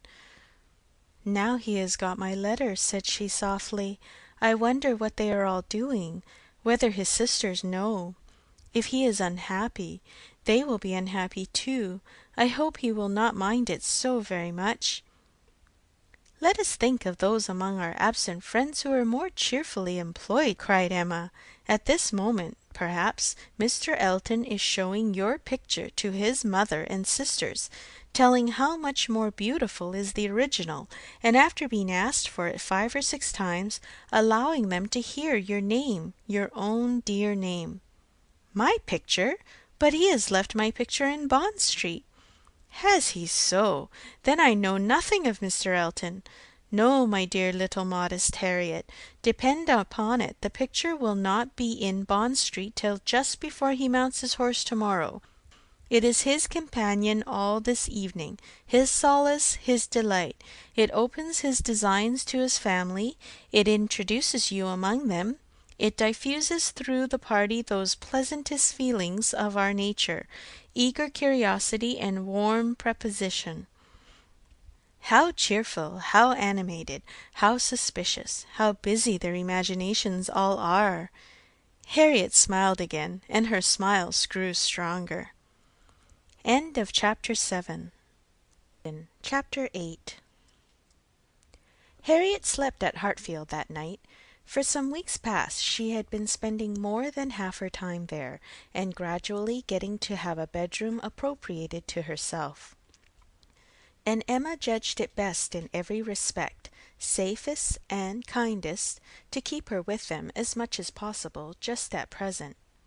She was obliged to go the next morning for an hour or two to Mrs. Goddard's, but it was then to be settled that she should return to Hartfield to make a regular visit of some days. While she was gone, Mr. Knightley called and sat some time with Mr. Woodhouse and Emma, till Mr. Woodhouse, who had previously made up his mind to walk out, was persuaded by his daughter not to defer it, and was induced by the entreaties of both, though against the scruples of his own civility, to leave Mr. Knightley for that purpose. Mr. Knightley, who had nothing of ceremony about him, was offering by his short, decided answers an amusing contrast to the protracted apologies and civil hesitations of the other. "Well, I believe, if you will excuse me, Mr. Knightley, if you will not consider me as doing a very rude thing, I shall take Emma's advice and go out for a quarter of an hour. As the sun is out, I believe I had better take my 3 turns while I can. I treat you without ceremony, Mr. Knightley. We invalids think we are privileged people." "My dear sir, do not make a stranger of me." "I have an excellent substitute in my daughter. Emma will be happy to entertain you, and therefore I think I will beg your excuse and take my 3 turns, my winter walk." "You cannot do better, sir." "I would ask for the pleasure of your company, Mr. Knightley, but I am a very slow walker, and my pace would be tedious to you. And besides, you have another long walk before you to Donwell Abbey." "Thank you, sir, thank you. I am going this moment myself, and I think the sooner you go the better. I will fetch your great coat and open the garden door for you." Mr. Woodhouse at last was off, but Mr. Knightley, instead of being immediately off likewise, sat down again, seemingly inclined for more chat. He began speaking of Harriet, and speaking of her with more voluntary praise than Emma had ever heard before. "I cannot rate her beauty as you do," said he, "but she is a pretty little creature, and I am inclined to think very well of her disposition. Her character depends upon who she is with, but in good hands she will turn out a valuable woman." I am glad you think so, and the good hands I hope may not be wanting. Come, said he, you are anxious for a compliment, so I will tell you that you have improved her. You have cured her of her schoolgirl's giggle. She really does you credit. Thank you. I should be mortified indeed if I did not believe I had been of some use. But it is not everybody who will bestow praise where they may. You do not often overpower me with it. You are expecting her again, you say, this morning? Almost every moment. She has been longer already than she intended. Something has happened to delay her. Some visitors, perhaps. Highbury gossip. Tiresome wretches. Harriet may not consider everybody tiresome that you would. Emma knew this was too true for contradiction, and therefore said nothing. He presently added with a smile, I do not pretend to fix on times or places, but I must tell you that I have good reason to believe your little friend will soon hear of something to her advantage. Indeed, how so? Of what sort? A very serious sort, I assure you, still smiling. Very serious? I can think of but one thing. Who is in love with her? Who makes you their confidant? Emma was more than half in hopes of Mr. Elton's having dropped a hint. Mr. Knightley was a sort of general friend and adviser, and she knew Mr. Elton looked up to him. I have reason to think, he replied, that Harriet Smith will soon have an offer of marriage, and from a most unexceptionable quarter. Robert Martin is the man. Her visit to Abbey Mill this summer seems to have done his business. He is desperately in love, and means to marry her. He is very obliging, said Emma, but is he sure that Harriet means to marry him? Well, well, means to make her an offer then. Will that do? He came to the Abbey 2 evenings ago, on purpose to consult me about it. He knows I have a thorough regard for him and all his family, and I believe considers me as one of his best friends. He came to ask me whether I thought it would be imprudent in him to settle so early, whether I thought her too young. In short, whether I approved his choice altogether, having some apprehension perhaps of her being considered, especially since you're making so much of her, as in line of society above him. I was very much pleased with all that he said. I never hear better sense from anyone than Robert Martin. He speaks to the purpose, open, straightforward, and very well judging. He told me everything, his circumstances and plans, and what they all propose doing in the event of his marriage. He is an excellent young man, both as son and brother. I had no hesitation in advising him to marry. He proved to me that he could afford it, and that being the case, I was convinced he could not do better. I praised the fair lady too, and altogether sent him away very happy. If he had never esteemed my opinion before, he would have thought highly of me then, and, I dare say, left the house thinking me the best friend and counsellor man ever had. This happened the night before last.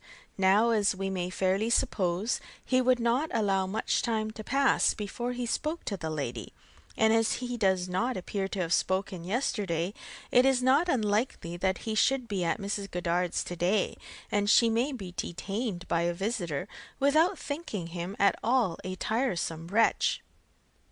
Pray, Mr. Knightley, said Emma, who had been smiling to herself through a great part of this speech, how do you know that Mr. Martin did not speak yesterday?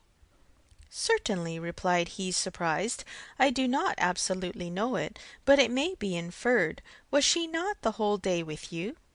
Come, said she, I will tell you something in return for what you have told me. He did speak yesterday. That is, he wrote and was refused. This was obliged to be repeated before it could be believed, and Mr. Knightley actually looked red with surprise and displeasure, as he stood up in tall indignation and said, Then she is a greater simpleton than I ever believed her. What is the foolish girl about? Oh, to be sure, cried Emma, it is always incomprehensible to a man that a woman should ever refuse an offer of marriage. A man always imagines a woman to be ready for anybody who asks her. Nonsense! A man does not imagine any such thing. But what is the meaning of this?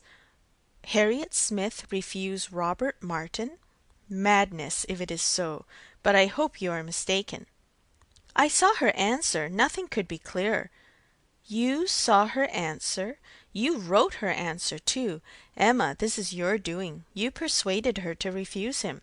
And if I did, which however I am far from allowing, I should not feel that I have done wrong. Mr. Martin is a very respectable young man, but I cannot admit him to be Harriet's equal, and am rather surprised indeed that he should have ventured to address her. By your account he does seem to have had some scruples. It is a pity that they were ever got over. Not Harriet's equal! Exclaimed Mr. Knightley loudly and warmly, and with calmer asperity added a few moments afterwards, "No, he is not her equal indeed, for he is as much her superior in sense as in situation. Emma, your infatuation about that girl blinds you. What are Harriet Smith's claims, either of birth, nature, or education, to any connection higher than Robert Martin? She is the natural daughter of nobody knows whom, with probably no settled provision at all, and certainly no respectable relations. She is known only as the parlour boarder at a common school. She is not a sensible girl, nor a girl of any information. She has been taught nothing useful, and is too young and too simple to have acquired anything herself. At her age she can have no experience, and with her little wit is not very likely ever to have any that can avail her. She is pretty, and she is good-tempered, and that is all. My only scruple in advising the match was on his account, as being beneath his deserts, and a bad connection for him. I felt that as to fortune, in all probability he might do much better, and that as to rational companion or useful helpmate he could not do worse. But I could not reason so to a man in love, and was willing to trust to there being no harm in her, to her having that sort of disposition which in good hands like his might be easily led aright and turn out very well. The advantage of the match I felt to be all on her side, and had not the smallest doubt, nor have I now, that there would be a general cry out upon her extreme good luck. Even your satisfaction I made sure of. It crossed my mind immediately that you would not regret your friend's leaving Highbury, for the sake of her being settled so well.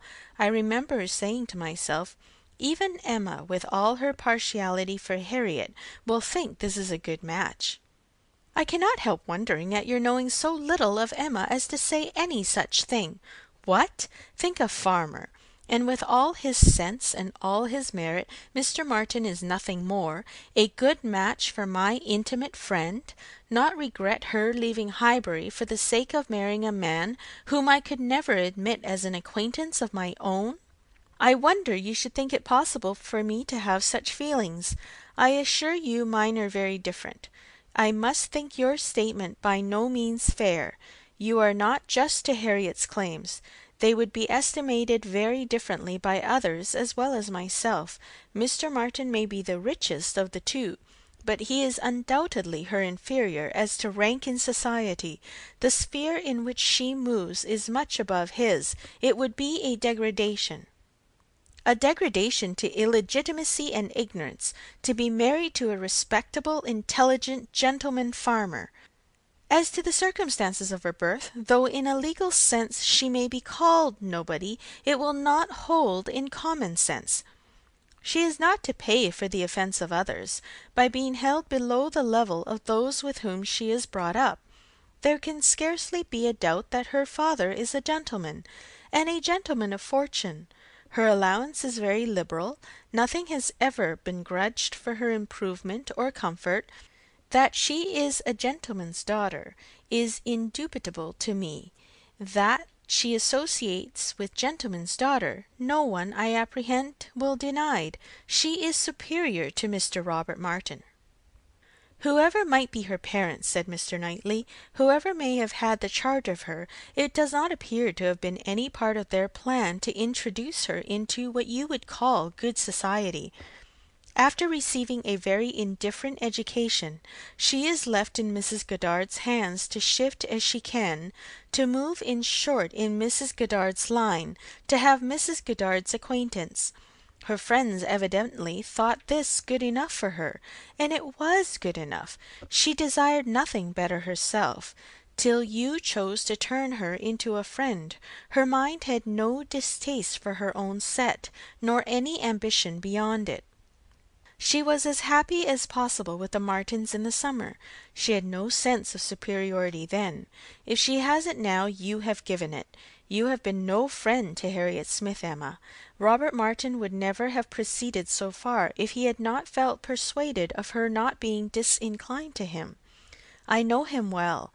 He has too much real feeling to address any woman on the haphazard of selfish passion, and as to conceit, he is the farthest from it of any man I know. Depend on it, he had encouragement. It was most convenient to Emma not to make a direct reply to this assertion. She chose rather to take up her own line of the subject again. You are a very warm friend to Mr. Martin, but as I said before, are unjust to Harriet. Harriet's claims to marry well are not so contemptible as you represent them. She is not a clever girl, but has better sense than you are aware of, and does not deserve to have her understanding spoken of so slightingly. Waiving that point, however, and supposing her to be, as you describe her, only pretty and good-natured, let me tell you that in the degree she possesses them, they are not trivial recommendations to the world in general. For she is, in fact, a beautiful girl, and must be thought so by 99 people out of 100, until it appears that men are much more philosophic on the subject of beauty than they are generally supposed, till they do fall in love with well-informed minds instead of handsome faces. A girl with such loveliness as Harriet has a certainty of being admired and sought after, of having the power of choosing from among many, consequently a claim to be nice. Her good nature, too, is not so very slight a claim, comprehending as it does real, thorough sweetness of temper and manner, a very humble opinion of herself, and a great readiness to be pleased with other people. I am very much mistaken if your sex in general would not think such beauty and such temper the highest claims a woman could possess. Upon my word, Emma, to hear you abusing the reason you have is almost enough to make me think so too. Better be without sense than misapply it as you do. To be sure, cried she playfully, I know that is the feeling of you all. I know that such a girl as Harriet is exactly what every man delights in, what at once bewitches his senses and satisfies his judgment. Oh, Harriet may pick and choose. Were you yourself ever to marry, she is the very woman for you. And she at 17, just entering into life, just beginning to be known, to be wondered at because she does not accept the first offer she receives. No, pray let her have time to look about her. I have always thought it a very foolish intimacy, said Mr. Knightley presently, though I have kept my thoughts to myself, but I now perceive that it will be a very unfortunate one for Harriet. You will puff her up with such ideas of her own beauty, and of what she has a claim to, that in a little while nobody within her reach will be good enough for her. Vanity working on a weak head produces every sort of mischief. Nothing so easy as for a young lady to raise her expectations too high. Miss Harriet Smith may not find offers of marriage flow in so fast, though she is a very pretty girl. Men of sense, whatever you may choose to say, do not want silly wives. Men of family would not be very fond of connecting themselves with a girl of such obscurity, and most prudent men would be afraid of the inconvenience and disgrace they might be involved in, when the mystery of her parentage came to be revealed. Let her marry Robert Martin, and she is safe, respectable, and happy forever. But if you encourage her to expect to marry greatly, and teach her to be satisfied with nothing less than a man of consequence and large fortune, she may be a parlour boarder at Mrs. Goddard's all the rest of her life. Or at least, for Harriet Smith is a girl who will marry somebody or other till she grows desperate, and is glad to catch at the old writing master's son. We think so very differently on this point, Mr. Knightley, that there can be no use in canvassing it. We shall only be making each other more angry. But as to my letting her marry Robert Martin, it is impossible. She has refused him, and so decidedly, I think, as must prevent any second application. She must abide by the evil of having refused him, whatever it may be. And as to the refusal itself, I will not pretend to say that I might not influence her a little, but I assure you there was very little for me or for anybody to do. His appearance is so much against him, and his manners so bad, that if ever she were disposed to favour him, she is not now. I can imagine that before she had seen anybody superior, she might tolerate him. He was the brother of her friends, and he took pains to please her, and altogether having seen nobody better, that she might have been his great assistant, she might not, while she was at Abbey Mill, find him disagreeable. But the case is altered now. She knows now what gentlemen are, and nothing but a gentleman in education and manner has any chance with Harriet. Nonsense, arrant nonsense, as ever was talked, cried Mr. Knightley. Robert Martin's manners have sense, sincerity, and good humour to recommend them, and his mind has more true gentility than Harriet Smith could understand. Emma made no answer, and tried to look cheerfully unconcerned, but was feeling very uncomfortable, and wanting him very much to be gone. She did not repent what she had done. She still thought herself a better judge of such a point of female right and refinement than he could be, but yet she had a sort of habitual respect for his judgment in general, which made her dislike having it so loudly against her, and to have him sitting just opposite to her in angry state was very disagreeable. Some minutes passed in this unpleasant silence, with only one attempt on Emma's side to talk of the weather, but he made no answer. He was thinking. The result of his thoughts appeared at last in these words: "Robert Martin has no great loss, if he can but think so, and I hope it will not be long before he does. Your views for Harriet are best known to yourself, but as you make no secret of your love of match-making, it is fair to suppose that views and plans and projects you have, and as a friend I shall just hint to you that if Elton is the man, I think it will be all labour in vain." Emma laughed and disclaimed. He continued: "Depend on it, Elton will not do. Elton is a very good sort of man, and a very respectable vicar of Highbury, but not at all likely to make an imprudent match. He knows the value of a good income as well as anybody. Elton may talk sentimentally, but he will act rationally. He is as well acquainted with his own claims as you can be with Harriet's. He knows that he is a very handsome young man, and a great favourite wherever he goes, and from his general view of talking in unreserved moments, when there are only men present, I am convinced that he does not mean to throw himself away.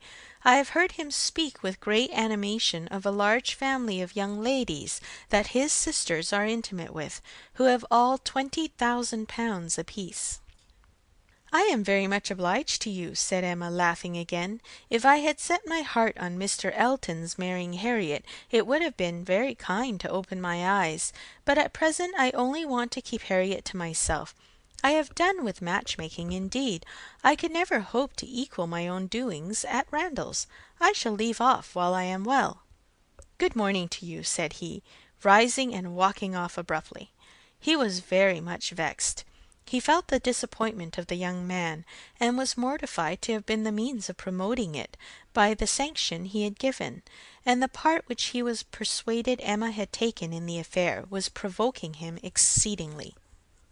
Emma remained in a state of vexation too, but there was more indistinctness in the cause of hers than in his. She did not always feel so absolutely satisfied with herself, so entirely convinced that her opinions were right and her adversaries wrong, as Mr. Knightley. He walked off in more complete self-approbation than he had left for her. She was not so materially cast down, however, but that a little time and the return of Harriet were very adequate restoratives. Harriet staying away so long was beginning to make her uneasy. The possibility of the young man's coming to Mrs. Goddard's that morning, and meeting with Harriet and pleading his own cause, gave alarming ideas. The dread of such a failure after all became the prominent uneasiness, and when Harriet appeared and in very good spirits, and without having any such reason to give for her long absence, she felt a satisfaction which settled her with her own mind, and convinced her that let Mr. Knightley think or say what he would, she had done nothing which woman's friendship and woman's feelings would not justify. He had frightened her a little about Mr. Elton, but when she considered that Mr. Knightley could not have observed him as she had, neither with the interest, nor, she must be allowed to tell herself, in spite of Mr. Knightley's pretensions, with the skill of such an observer on such a question as herself, that he had spoken it hastily and in anger, she was able to believe that he had rather said what he wished resentfully to be true than what he knew anything about. He certainly might have heard Mr. Elton speak with more unreserve than she had ever done, and Mr. Elton might not be an imprudent, inconsiderate disposition as to money matters. He might naturally be rather attentive than otherwise to them, but then Mr. Knightley did not make due allowance for the influence of a strong passion, at war with all interested motives. Mr. Knightley saw no such passion, and of course thought nothing of its effects, but she saw too much of it to feel a doubt of its overcoming any hesitation that a reasonable prudence might originally suggest, and more than a reasonable becoming degree of prudence she was very sure did not belong to Mr. Elton. Harriet's cheerful look and manner established hers. She came back, not to think of Mr. Martin, but to talk of Mr. Elton. Miss Nash had been telling her something, which she repeated immediately with great delight. Mr. Perry had been to Mrs. Goddard's to attend a sick child, and Miss Nash had seen him, and he had told Miss Nash that as he was coming back yesterday from Clayton Park he had met Mr. Elton, and found to his great surprise that Mr. Elton was actually on his road to London, and not meaning to return till the morrow, though it was the whist club night, which he had never been known to miss before. And Mr. Perry had remonstrated with him about it, and told him how shabby it was in him, their best player, to absent himself, and tried very much to persuade him to put off his journey only one day, but it would not do. Mr. Elton had been determined to go, and had said in a very particular way indeed that he was going on business which he would not put off for any inducement in the world, and something about a very enviable commission, and being the bearer of something exceedingly precious. Mr. Perry could not quite understand him, but he was very sure there must be a lady in the case, and he told him so. And Mr. Elton only looked very conscious and smiling, and rode off in great spirits. Miss Nash had told her all about this, and had talked a great deal more about Mr. Elton, and said, looking so very significantly at her, that she did not pretend to understand what his business might be, but she only knew that any woman whom Mr. Elton could prefer, she should think the luckiest woman in the world. For beyond a doubt Mr. Elton had not his equal for beauty or agreeableness. End of chapter 8. Jane Austen. Chapter 9. Mr. Knightley might quarrel with her, but Emma could not quarrel with herself. He was so much displeased that it was longer than usual before he came to Hartfield again. And when they did meet, his grave look showed that she was not forgiven. She was sorry, but could not repent. On the contrary, her plans and proceedings were more and more justified and endeared to her by the general appearances of the next few days. The picture, elegantly framed, came safely to hand soon after Mr. Elton's return, and being hung over the mantelpiece of the common sitting-room, he got up to look at it and sighed out his half-sentences of admiration, just as he ought. And as for Harriet's feelings, they were visibly forming themselves into as strong and steady an attachment as her youth and sort of mind admitted.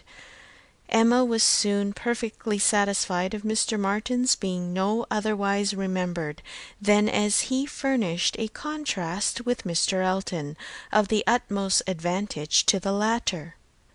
Her views of improving her little friend's mind by a great deal of useful reading and conversation had never yet led to more than a few first chapters and the intention of going on to-morrow. It was much easier to chat than to study, much pleasanter to let her imagination range and work at Harriet's fortune than to be labouring to enlarge her comprehension or exercise it on sober facts. And the only literary pursuit which engaged Harriet at present, the only mental provision she was making for the evening of life, was the collecting and transcribing all the riddles of every sort that she could meet with, into a thin quarto of hot-pressed paper, made up by her friend, and ornamented with ciphers and trophies. In this age of literature, such collections on a very grand scale are not uncommon. Miss Nash, head teacher at Mrs. Goddard's, had written out at least 300, and Harriet, who had taken the first hint of it from her, hoped, with Miss Woodhouse's help, to get a great many more. Emma assisted with her invention, memory, and taste, and as Harriet wrote a very pretty hand, it was likely to be an arrangement of the first order, in form as well as quantity. Mr. Woodhouse was almost as much interested in the business as the girls, and tried very often to recollect something worth their putting in. So many clever riddles as there used to be when he was young! He wondered he could not remember them, but he hoped he should in time, and it always ended in Kitty, a fair but frozen maid. His good friend Perry, too, whom he spoke to on the subject, did not at present recollect anything of the riddle kind, but he had desired Perry to be upon the watch, and as he went about so much something he thought might come from that quarter. It was by no means his daughter's wish that the intellects of Highbury in general should be put under requisition. Mr. Elton was the only one whose assistance she asked. He was invited to contribute any really good enigmas, charades, or conundrums that he might recollect, and she had the pleasure of seeing him most intently at work with his recollections, and at the same time, as she could not perceive, most earnestly careful that nothing ungallant, nothing that did not breathe a compliment to the sex, should pass his lips. They owed to him their 2 or 3 politest puzzles, and the joy and exultation with which at last he recalled and rather sentimentally recited that last well-known charade. My first doth affliction denote, which my second is destined to feel, and my whole is the best antidote, that affliction to soften and heal, made her feel quite sorry to acknowledge that they had transcribed it some pages ago already. "Why will you not write one yourself for us, Mr. Elton?" said she. "That is the only security for its freshness, and nothing could be easier to you." Oh no, he had never written, hardly ever, anything of the kind in his life. The stupidest fellow! He was afraid not even Miss Woodhouse he stopped a moment or Miss Smith could inspire him. The very next day, however, produced some proof of inspiration. He called for a few moments just to leave a piece of paper on the table containing, as he said, a charade, which a friend of his had addressed to a young lady, the object of his admiration, but which, from his manner, Emma was immediately convinced must be his own. "I do not offer it for Miss Smith's collection," said he, being my friends, I have no right to expose it in any degree to the public eye, but perhaps you may not dislike looking at it." The speech was more to Emma than to Harriet, which Emma could understand. There was a deep consciousness about him, and he found it easier to meet her eye than her friend's. He was gone the next moment, after another moment's pause. "Take it," said Emma, smiling, and pushing the paper towards Harriet. "It is for you. Take your own." But Harriet was in a tremor, and could not touch it, and Emma, never loath to be first, was obliged to examine it herself. Charade. My first displays the wealth and pomp of kings, Lord of the earth, their luxury and ease. Another view of man my second brings, Behold him there, the monarch of the seas. But united, what reverse we have! Man's boasted power and freedom all are flown. Lord of the earth and sea, he bends a slave, and woman, lovely woman, reigns alone. Thy ready wit the word will soon supply, may its approval beam in that soft eye. She cast her eye over it, pondered, caught the meaning, read it through again to be quite certain, and quite mistress of the lines, and then passing it to Harriet, sat happily smiling and saying to herself, while Harriet was puzzling over the paper in all the confusion of hope and dullness, "Very well, Mr. Elton, very well indeed. I have read worse charades. Courtship is a very good hint. I give you credit for it. This is feeling your way. This is saying very plainly, 'Pray, Miss Smith, give me leave to pay my addresses to you. Approve my charade and my intentions in the same glance. May its approval beam in that soft eye.' Harriet, exactly. Soft is the very word for her eye. Of all epithets, the justest that could be given. Thy ready wit the word will soon supply. Harriet's ready wit? All the better. A man must be very much in love indeed to describe her so.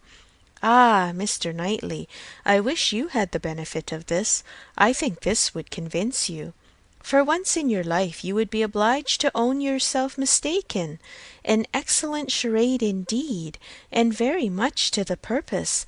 Things must come to a crisis soon now." She was obliged to break off from these very pleasant observations, which were otherwise of a sort to run into great length, by the eagerness of Harriet's wondering questions. "What can it be, Miss Woodhouse? What can it be? I have not an idea. I cannot guess it in the least. What can it possibly be? Do try to find it out, Miss Woodhouse. Do help me. I never saw anything so hard. Is it kingdom? I wonder who the friend was, and who could be the young lady. Do you think it is a good one? Can it be a woman? And woman, lovely woman, reigns alone. Can it be Neptune? Behold him there, the monarch of the seas. Or a trident, or a mermaid, or a shark? Oh no, shark is the only one syllable. It must be very clever, or he would not have brought it. Oh, Miss Woodhouse, do you think we shall ever find it out? Mermaids and sharks! Nonsense! My dear Harriet, what are you thinking of? Where would be the use of his bringing us a charade made by a friend upon a mermaid or a shark? Give me the paper and listen. For Miss, read Miss Smith. My first displays the wealth and pomp of kings, lords of the earth, their luxury and ease. This is court. Another view of man my second brings. Behold him there, the monarch of the seas.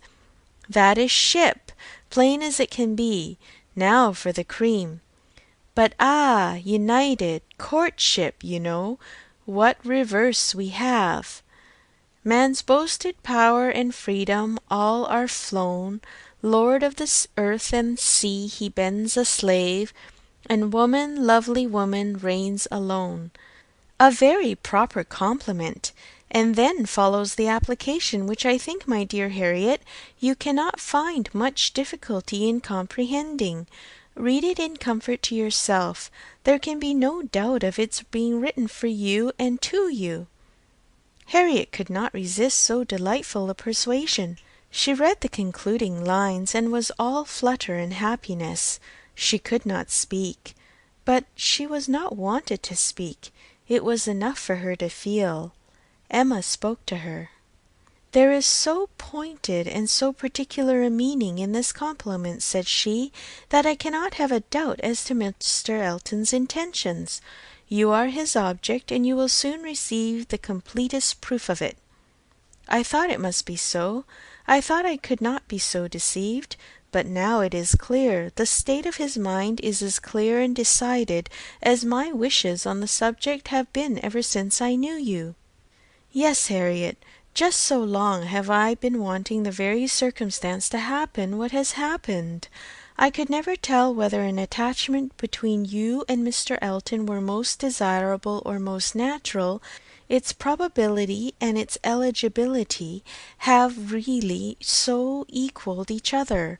I am very happy. I congratulate you, my dear Harriet, with all my heart.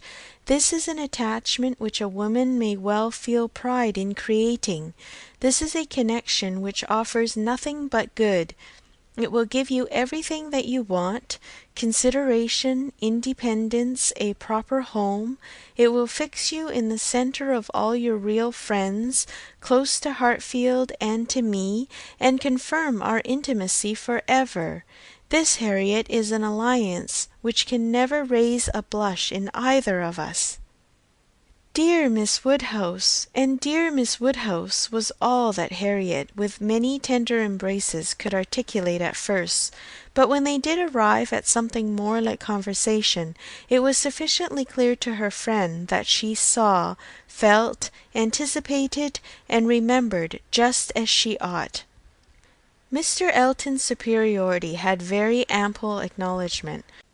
"Whatever you say is always right," cried Harriet, "and therefore I suppose and believe and hope it must not be so. But otherwise I could not have imagined it.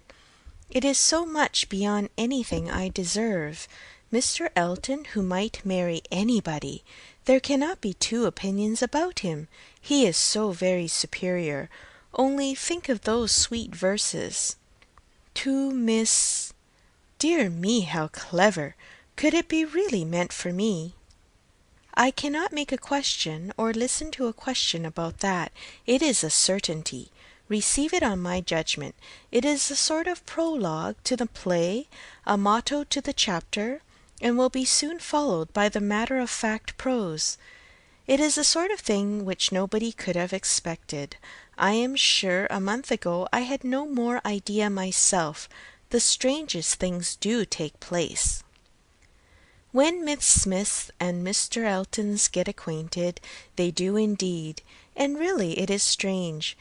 It is out of the common course that what is so evidently, so palpably desirable, what courts the prearrangement of other people, should so immediately shape itself into the proper form. You and Mr. Elton are by situation called together.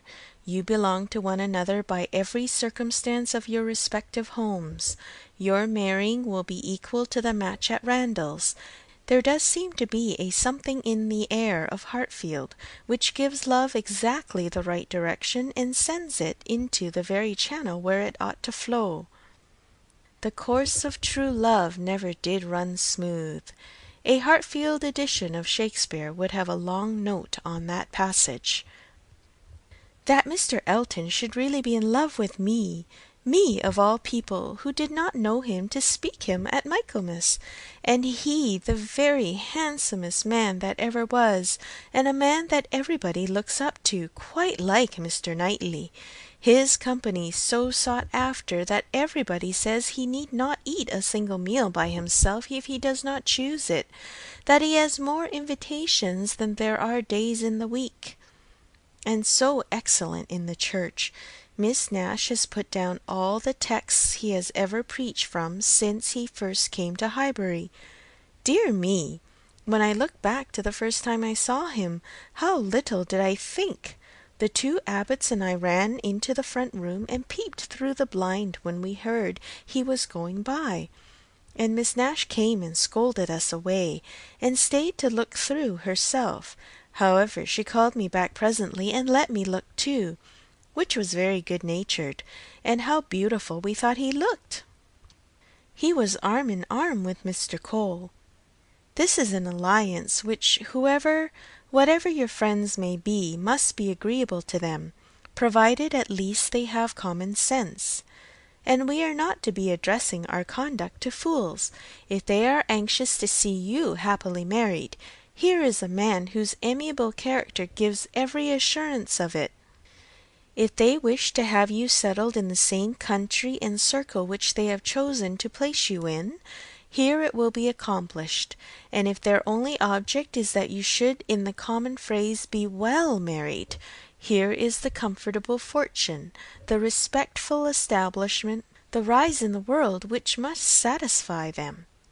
Yes, very true. How nicely you talk!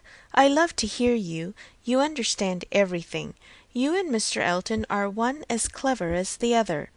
This charade, if I had studied a 12-month, I could never have made anything like it. I thought he meant to try his skill by his manner of declining it yesterday. I do think it is without exception the best charade I ever read. I never read one more to the purpose, certainly. It is as long again as almost all we have had before. I do not consider its length as particularly in its favour. Such things in general cannot be too short. Harriet was too intent on the lines to hear. The most satisfactory comparisons were rising in her mind. "It is one good thing," said she presently, her cheeks in a glow, "to have very good sense in a common way, like everybody else, and if there is anything to say, to sit down and write a letter, and say just what you must in a short way, and another to write verses and charades like this." Emma could not have desired a more spirited rejection of Mr. Martin's prose. "Such sweet lines," continued Harriet, "these two last.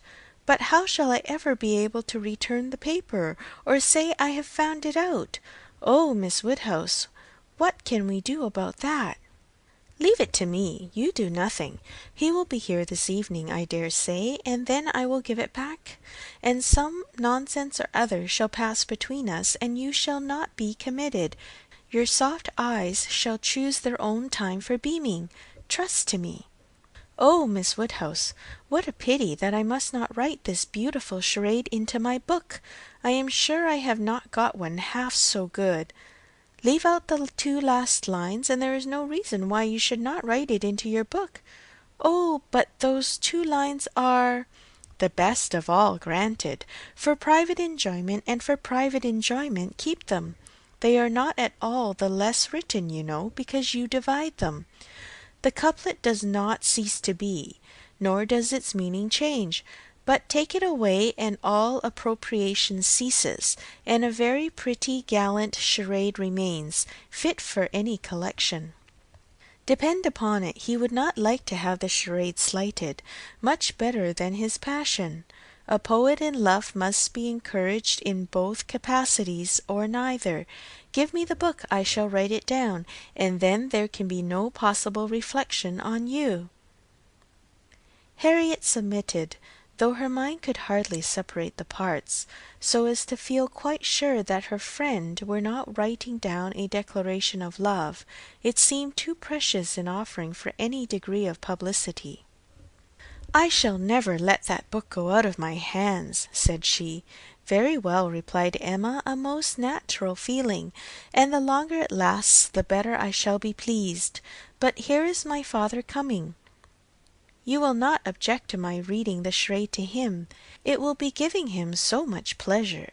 He loves anything of the sort, and especially anything that pays woman a compliment.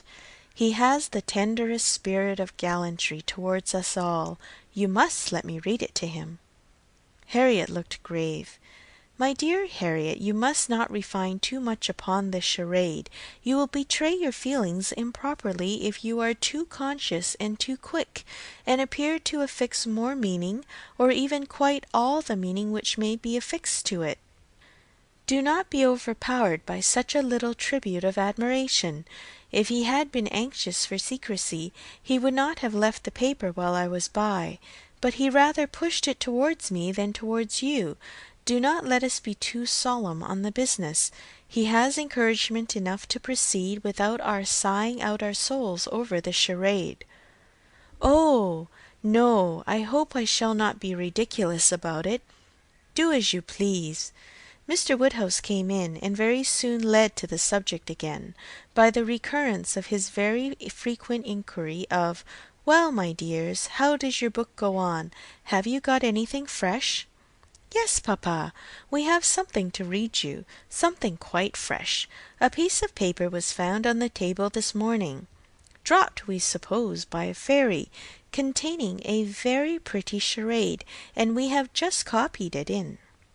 She read it to him, just as he liked to have anything read, slowly and distinctly, and 2 or 3 times over, with explanations of every part as she proceeded, and he was very much pleased, and, as she had foreseen, especially struck with a complimentary conclusion.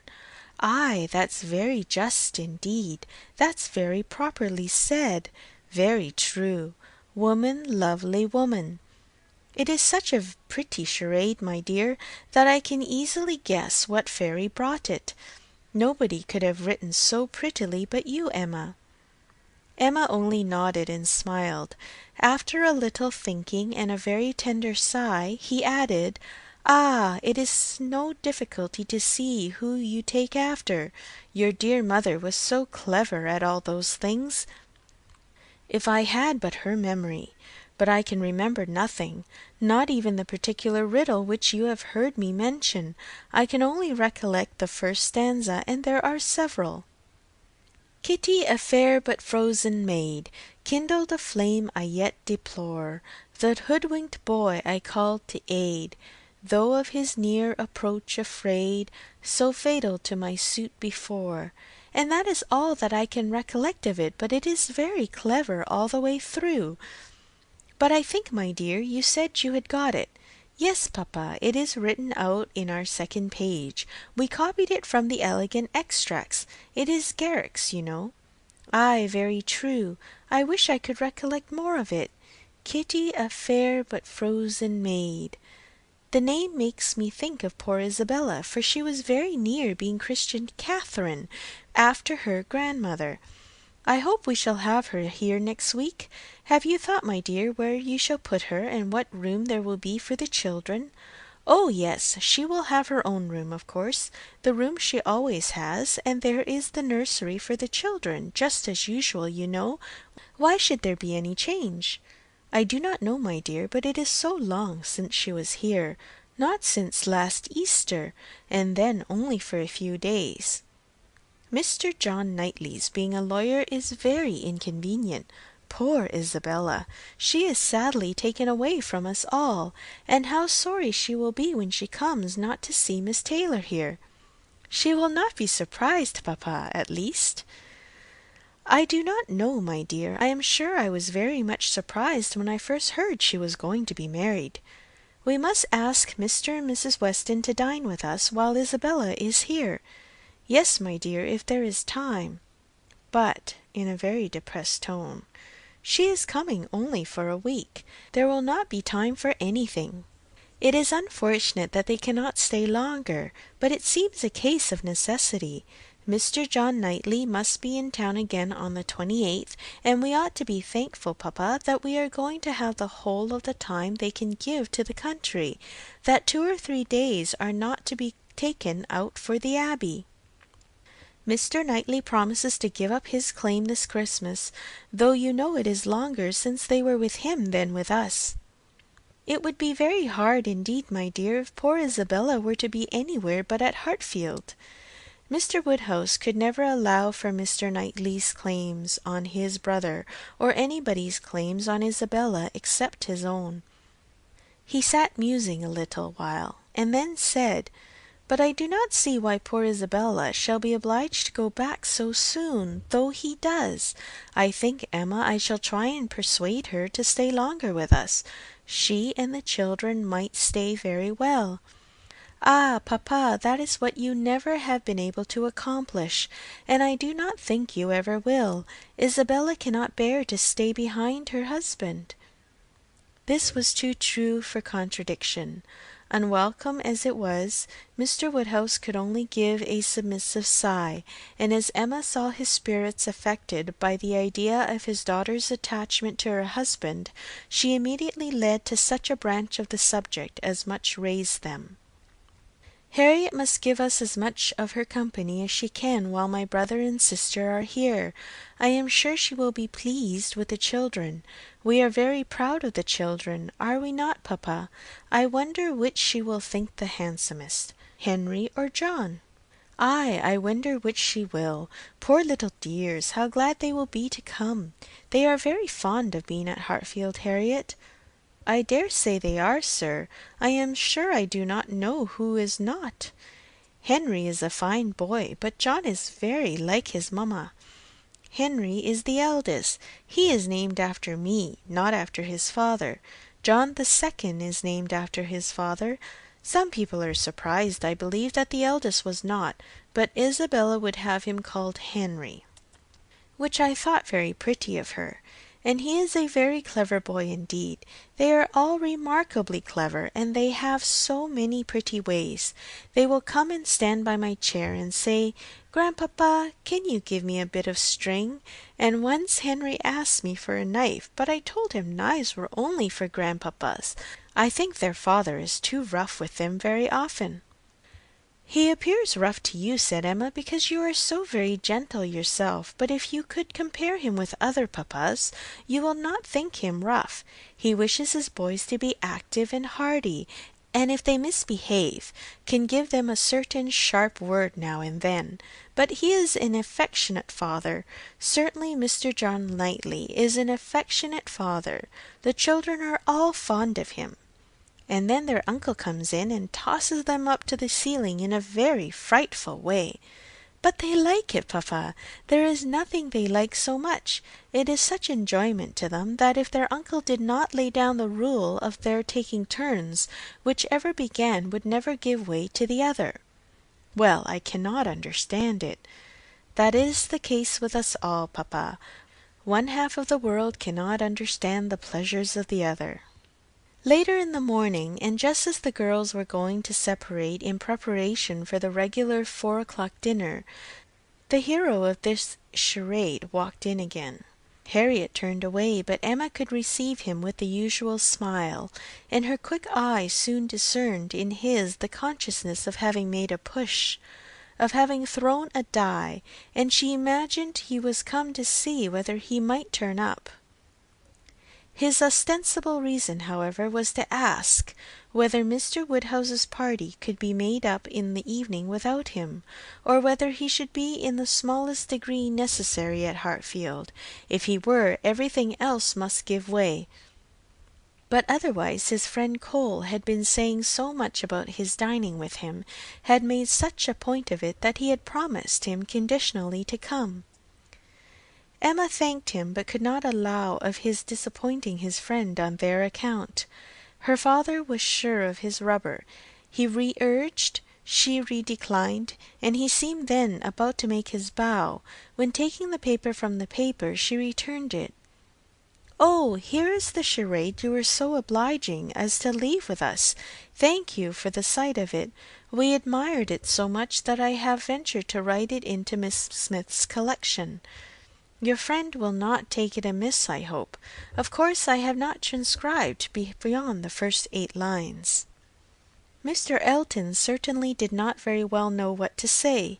He looked rather doubtingly, rather confused, said something about honour, glanced at Harriet and at Emma, then seeing the book open on the table, took it up and examined it very attentively. With the view of passing off an awkward moment, Emma smilingly said, You must make my apologies to your friend, but so good a charade must not be confined to one or two. He may be sure of every woman's approbation while he writes with such gallantry." "I have no hesitation in saying," replied Mr. Elton, though hesitating a good deal while he spoke, "I have no hesitation in saying, at least if my friend feels at all as I do, I have not the smallest doubt that, could he see his little effusion honoured as I see it," looking at the book again and replacing it on the table, "he would consider it as the proudest moment of his life." After the speech he was gone as soon as possible. Emma could not think it too soon, for with all his good and agreeable qualities, there was a sort of parade in his speeches which was very apt to incline her to laugh.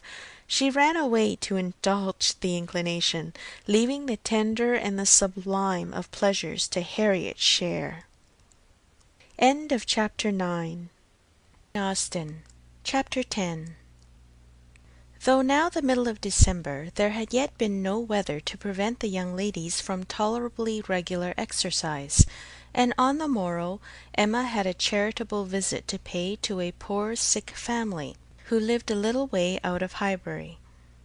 Their road to this detached cottage was down Vicarage Lane, a lane leading at right angles from the broad though irregular main street of the place, and as may be inferred containing the blessed abode of Mr. Elton. A few inferior dwellings were first to be passed, and then about a quarter of a mile down the lane rose the vicarage, an old and not very good house, almost as close to the road as it could be. It had no advantage of situation, but there had been very much smartened up by the present proprietor, and such as it was, there could be no possibility of the two friends passing it without a slackening pace and observing eyes. Emma's remark was, "There it is. There go you and your riddle book one of these days." Harriet's was, "Oh, what a sweet house! How very beautiful! There are the yellow curtains that Miss Nash admires so much." "I do not often walk this way now," said Emma, as they proceeded, "but then there will be an inducement, and I shall gradually get intimately acquainted with all the hedges, gates, pools, and pollards of this part of Highbury." Harriet, she found, had never in her life been within side the vicarage, and her curiosity to see it was so extreme that, considering exteriors and probabilities, Emma could only class it as a proof of love, with Mr. Elton seeing ready wit in her. "I wish we could contrive it," said she, "but I cannot think of any tolerable pretence for going in. No servant that I want to inquire about of his housekeeper, no message from my father." She pondered, but could think of nothing. After a mutual silence of some minutes, Harriet thus began again, "I do so wonder, Miss Woodhouse, that you should not be married, or going to be married, so charming as you are." Emma laughed and replied, "My being charming, Harriet, is not quite enough to induce me to marry. I must find other people charming, one other person at least, and I am not only not going to be married at present, but have very little intention of ever marrying at all." "Ah, so you say, but I cannot believe it. I must see somebody very superior to any one I have ever seen, to be tempted. Mr. Elton, you know," recollecting herself, "is out of the question, and I do not wish to see any such person. I would rather not be tempted. I cannot really change for the better. If I were to marry, I must expect to repent it." "Dear me, it is so odd to hear a woman talk so. I have none of the usual inducements of women to marry. Were I to fall in love, indeed it would be a different thing, but I never have been in love. It is not my way or my nature, and I do not think I ever shall, and without love I am sure I should be a fool to change such a situation as mine. Fortune I do not want, employment I do not want, consequence I do not want. I believe few married women are half as much mistress of their husband's house as I am of Hartfield, and never, never could I expect to be so truly beloved and important, so always first, and always right in the man's eyes as I am in my father's. But then to be an old maid at last, like Miss Bates! That is as formidable an image as you could present, Harriet, and if I thought I should ever be like Miss Bates, so silly, so satisfied, so smiling, so prosing, so undistinguishing and unfastidious, and so apt to tell everything relative to everybody about me, I would marry to-morrow. But between us, I am convinced there never can be any likeness, except in being unmarried. But still you will be an old maid, and that's so dreadful. Never mind, Harriet, I shall be a poor old maid, and it is poverty only which makes celibacy contemptible to a general public. A single woman with a very narrow income must be a ridiculous, disagreeable old maid, the proper sport of boys and girls, but a single woman of good fortune is always respectable, and may be as sensible and pleasant as anybody else. And the distinction is not quite so much against the candour and common sense of the world as it appears at first, for a very narrow income has a tendency to contract the mind, and sour the temper. Those who can barely live, and who live perforce in a very small and generally very inferior society, may well be illiberal and cross. This does not apply, however, to Miss Bates. She is only too good-natured and too silly to suit me, but in general she is very much to the taste of everybody, though single and though poor. Poverty certainly has not contracted her mind. I really believe if she had only a shilling in the world, she would be very likely to give away sixpence of it, and nobody is afraid of her. That is a great charm. Dear me, but what shall you do? How shall you employ yourself when you get old? If I know myself, Harriet, mine is an active, busy mind, with a great many independent resources, and I do not perceive why I should be more in want of employment at 40 or 50 than 1 and 20. Woman's usual occupations of hand and mind will be as open to me then as they are now, or with no important variation. If I draw less, I shall read more. If I give up music, I will take to carpet work. And as for objects of interest, objects for the affections, which is in truth the great point of inferiority, the want of which is really the great evil to be avoided in not marrying, I shall be very well off, with all the children of a sister I love so much to care about. There will be enough of them, in all probability, to supply every sort of sensation that declining life can need. There will be enough for every hope and every fear, and though my attachment to none can equal that of a parent, it suits my ideas of comfort better than what is warmer and blinder. My nieces and nephews! I shall often have a niece with me. Do you know Miss Bates's niece? That is, I know you must have seen her 100 times, but are you acquainted? Oh, yes, we are always forced to be acquainted whenever she comes to Highbury. By the by, that is almost enough to put one out of conceit with a niece. Heaven forbid, at least, that I should ever bore people half so much about all the Knightleys together as she does about Jane Fairfax. One is sick of the very name of Jane Fairfax. Every letter from her is read 40 times over. Her compliments to all friends go round and round again, and if she does but send her aunt the pattern of a stomacher, or knit a pair of garters for her grandmother, one hears of nothing else for a month. I wish Jane Fairfax very well, but she tires me to death. They were now approaching the cottage, and all idle topics were superseded. Emma was very compassionate, and the distresses of the poor were as sure of relief from her personal attention and kindness, her counsel and her patience, as from her purse. She understood their ways, could allow for their ignorance and their temptations, had no romantic expectations of extraordinary virtue from those for whom education had done so little, entered into their troubles with ready sympathy, and always gave her assistance with as much intelligence as good will.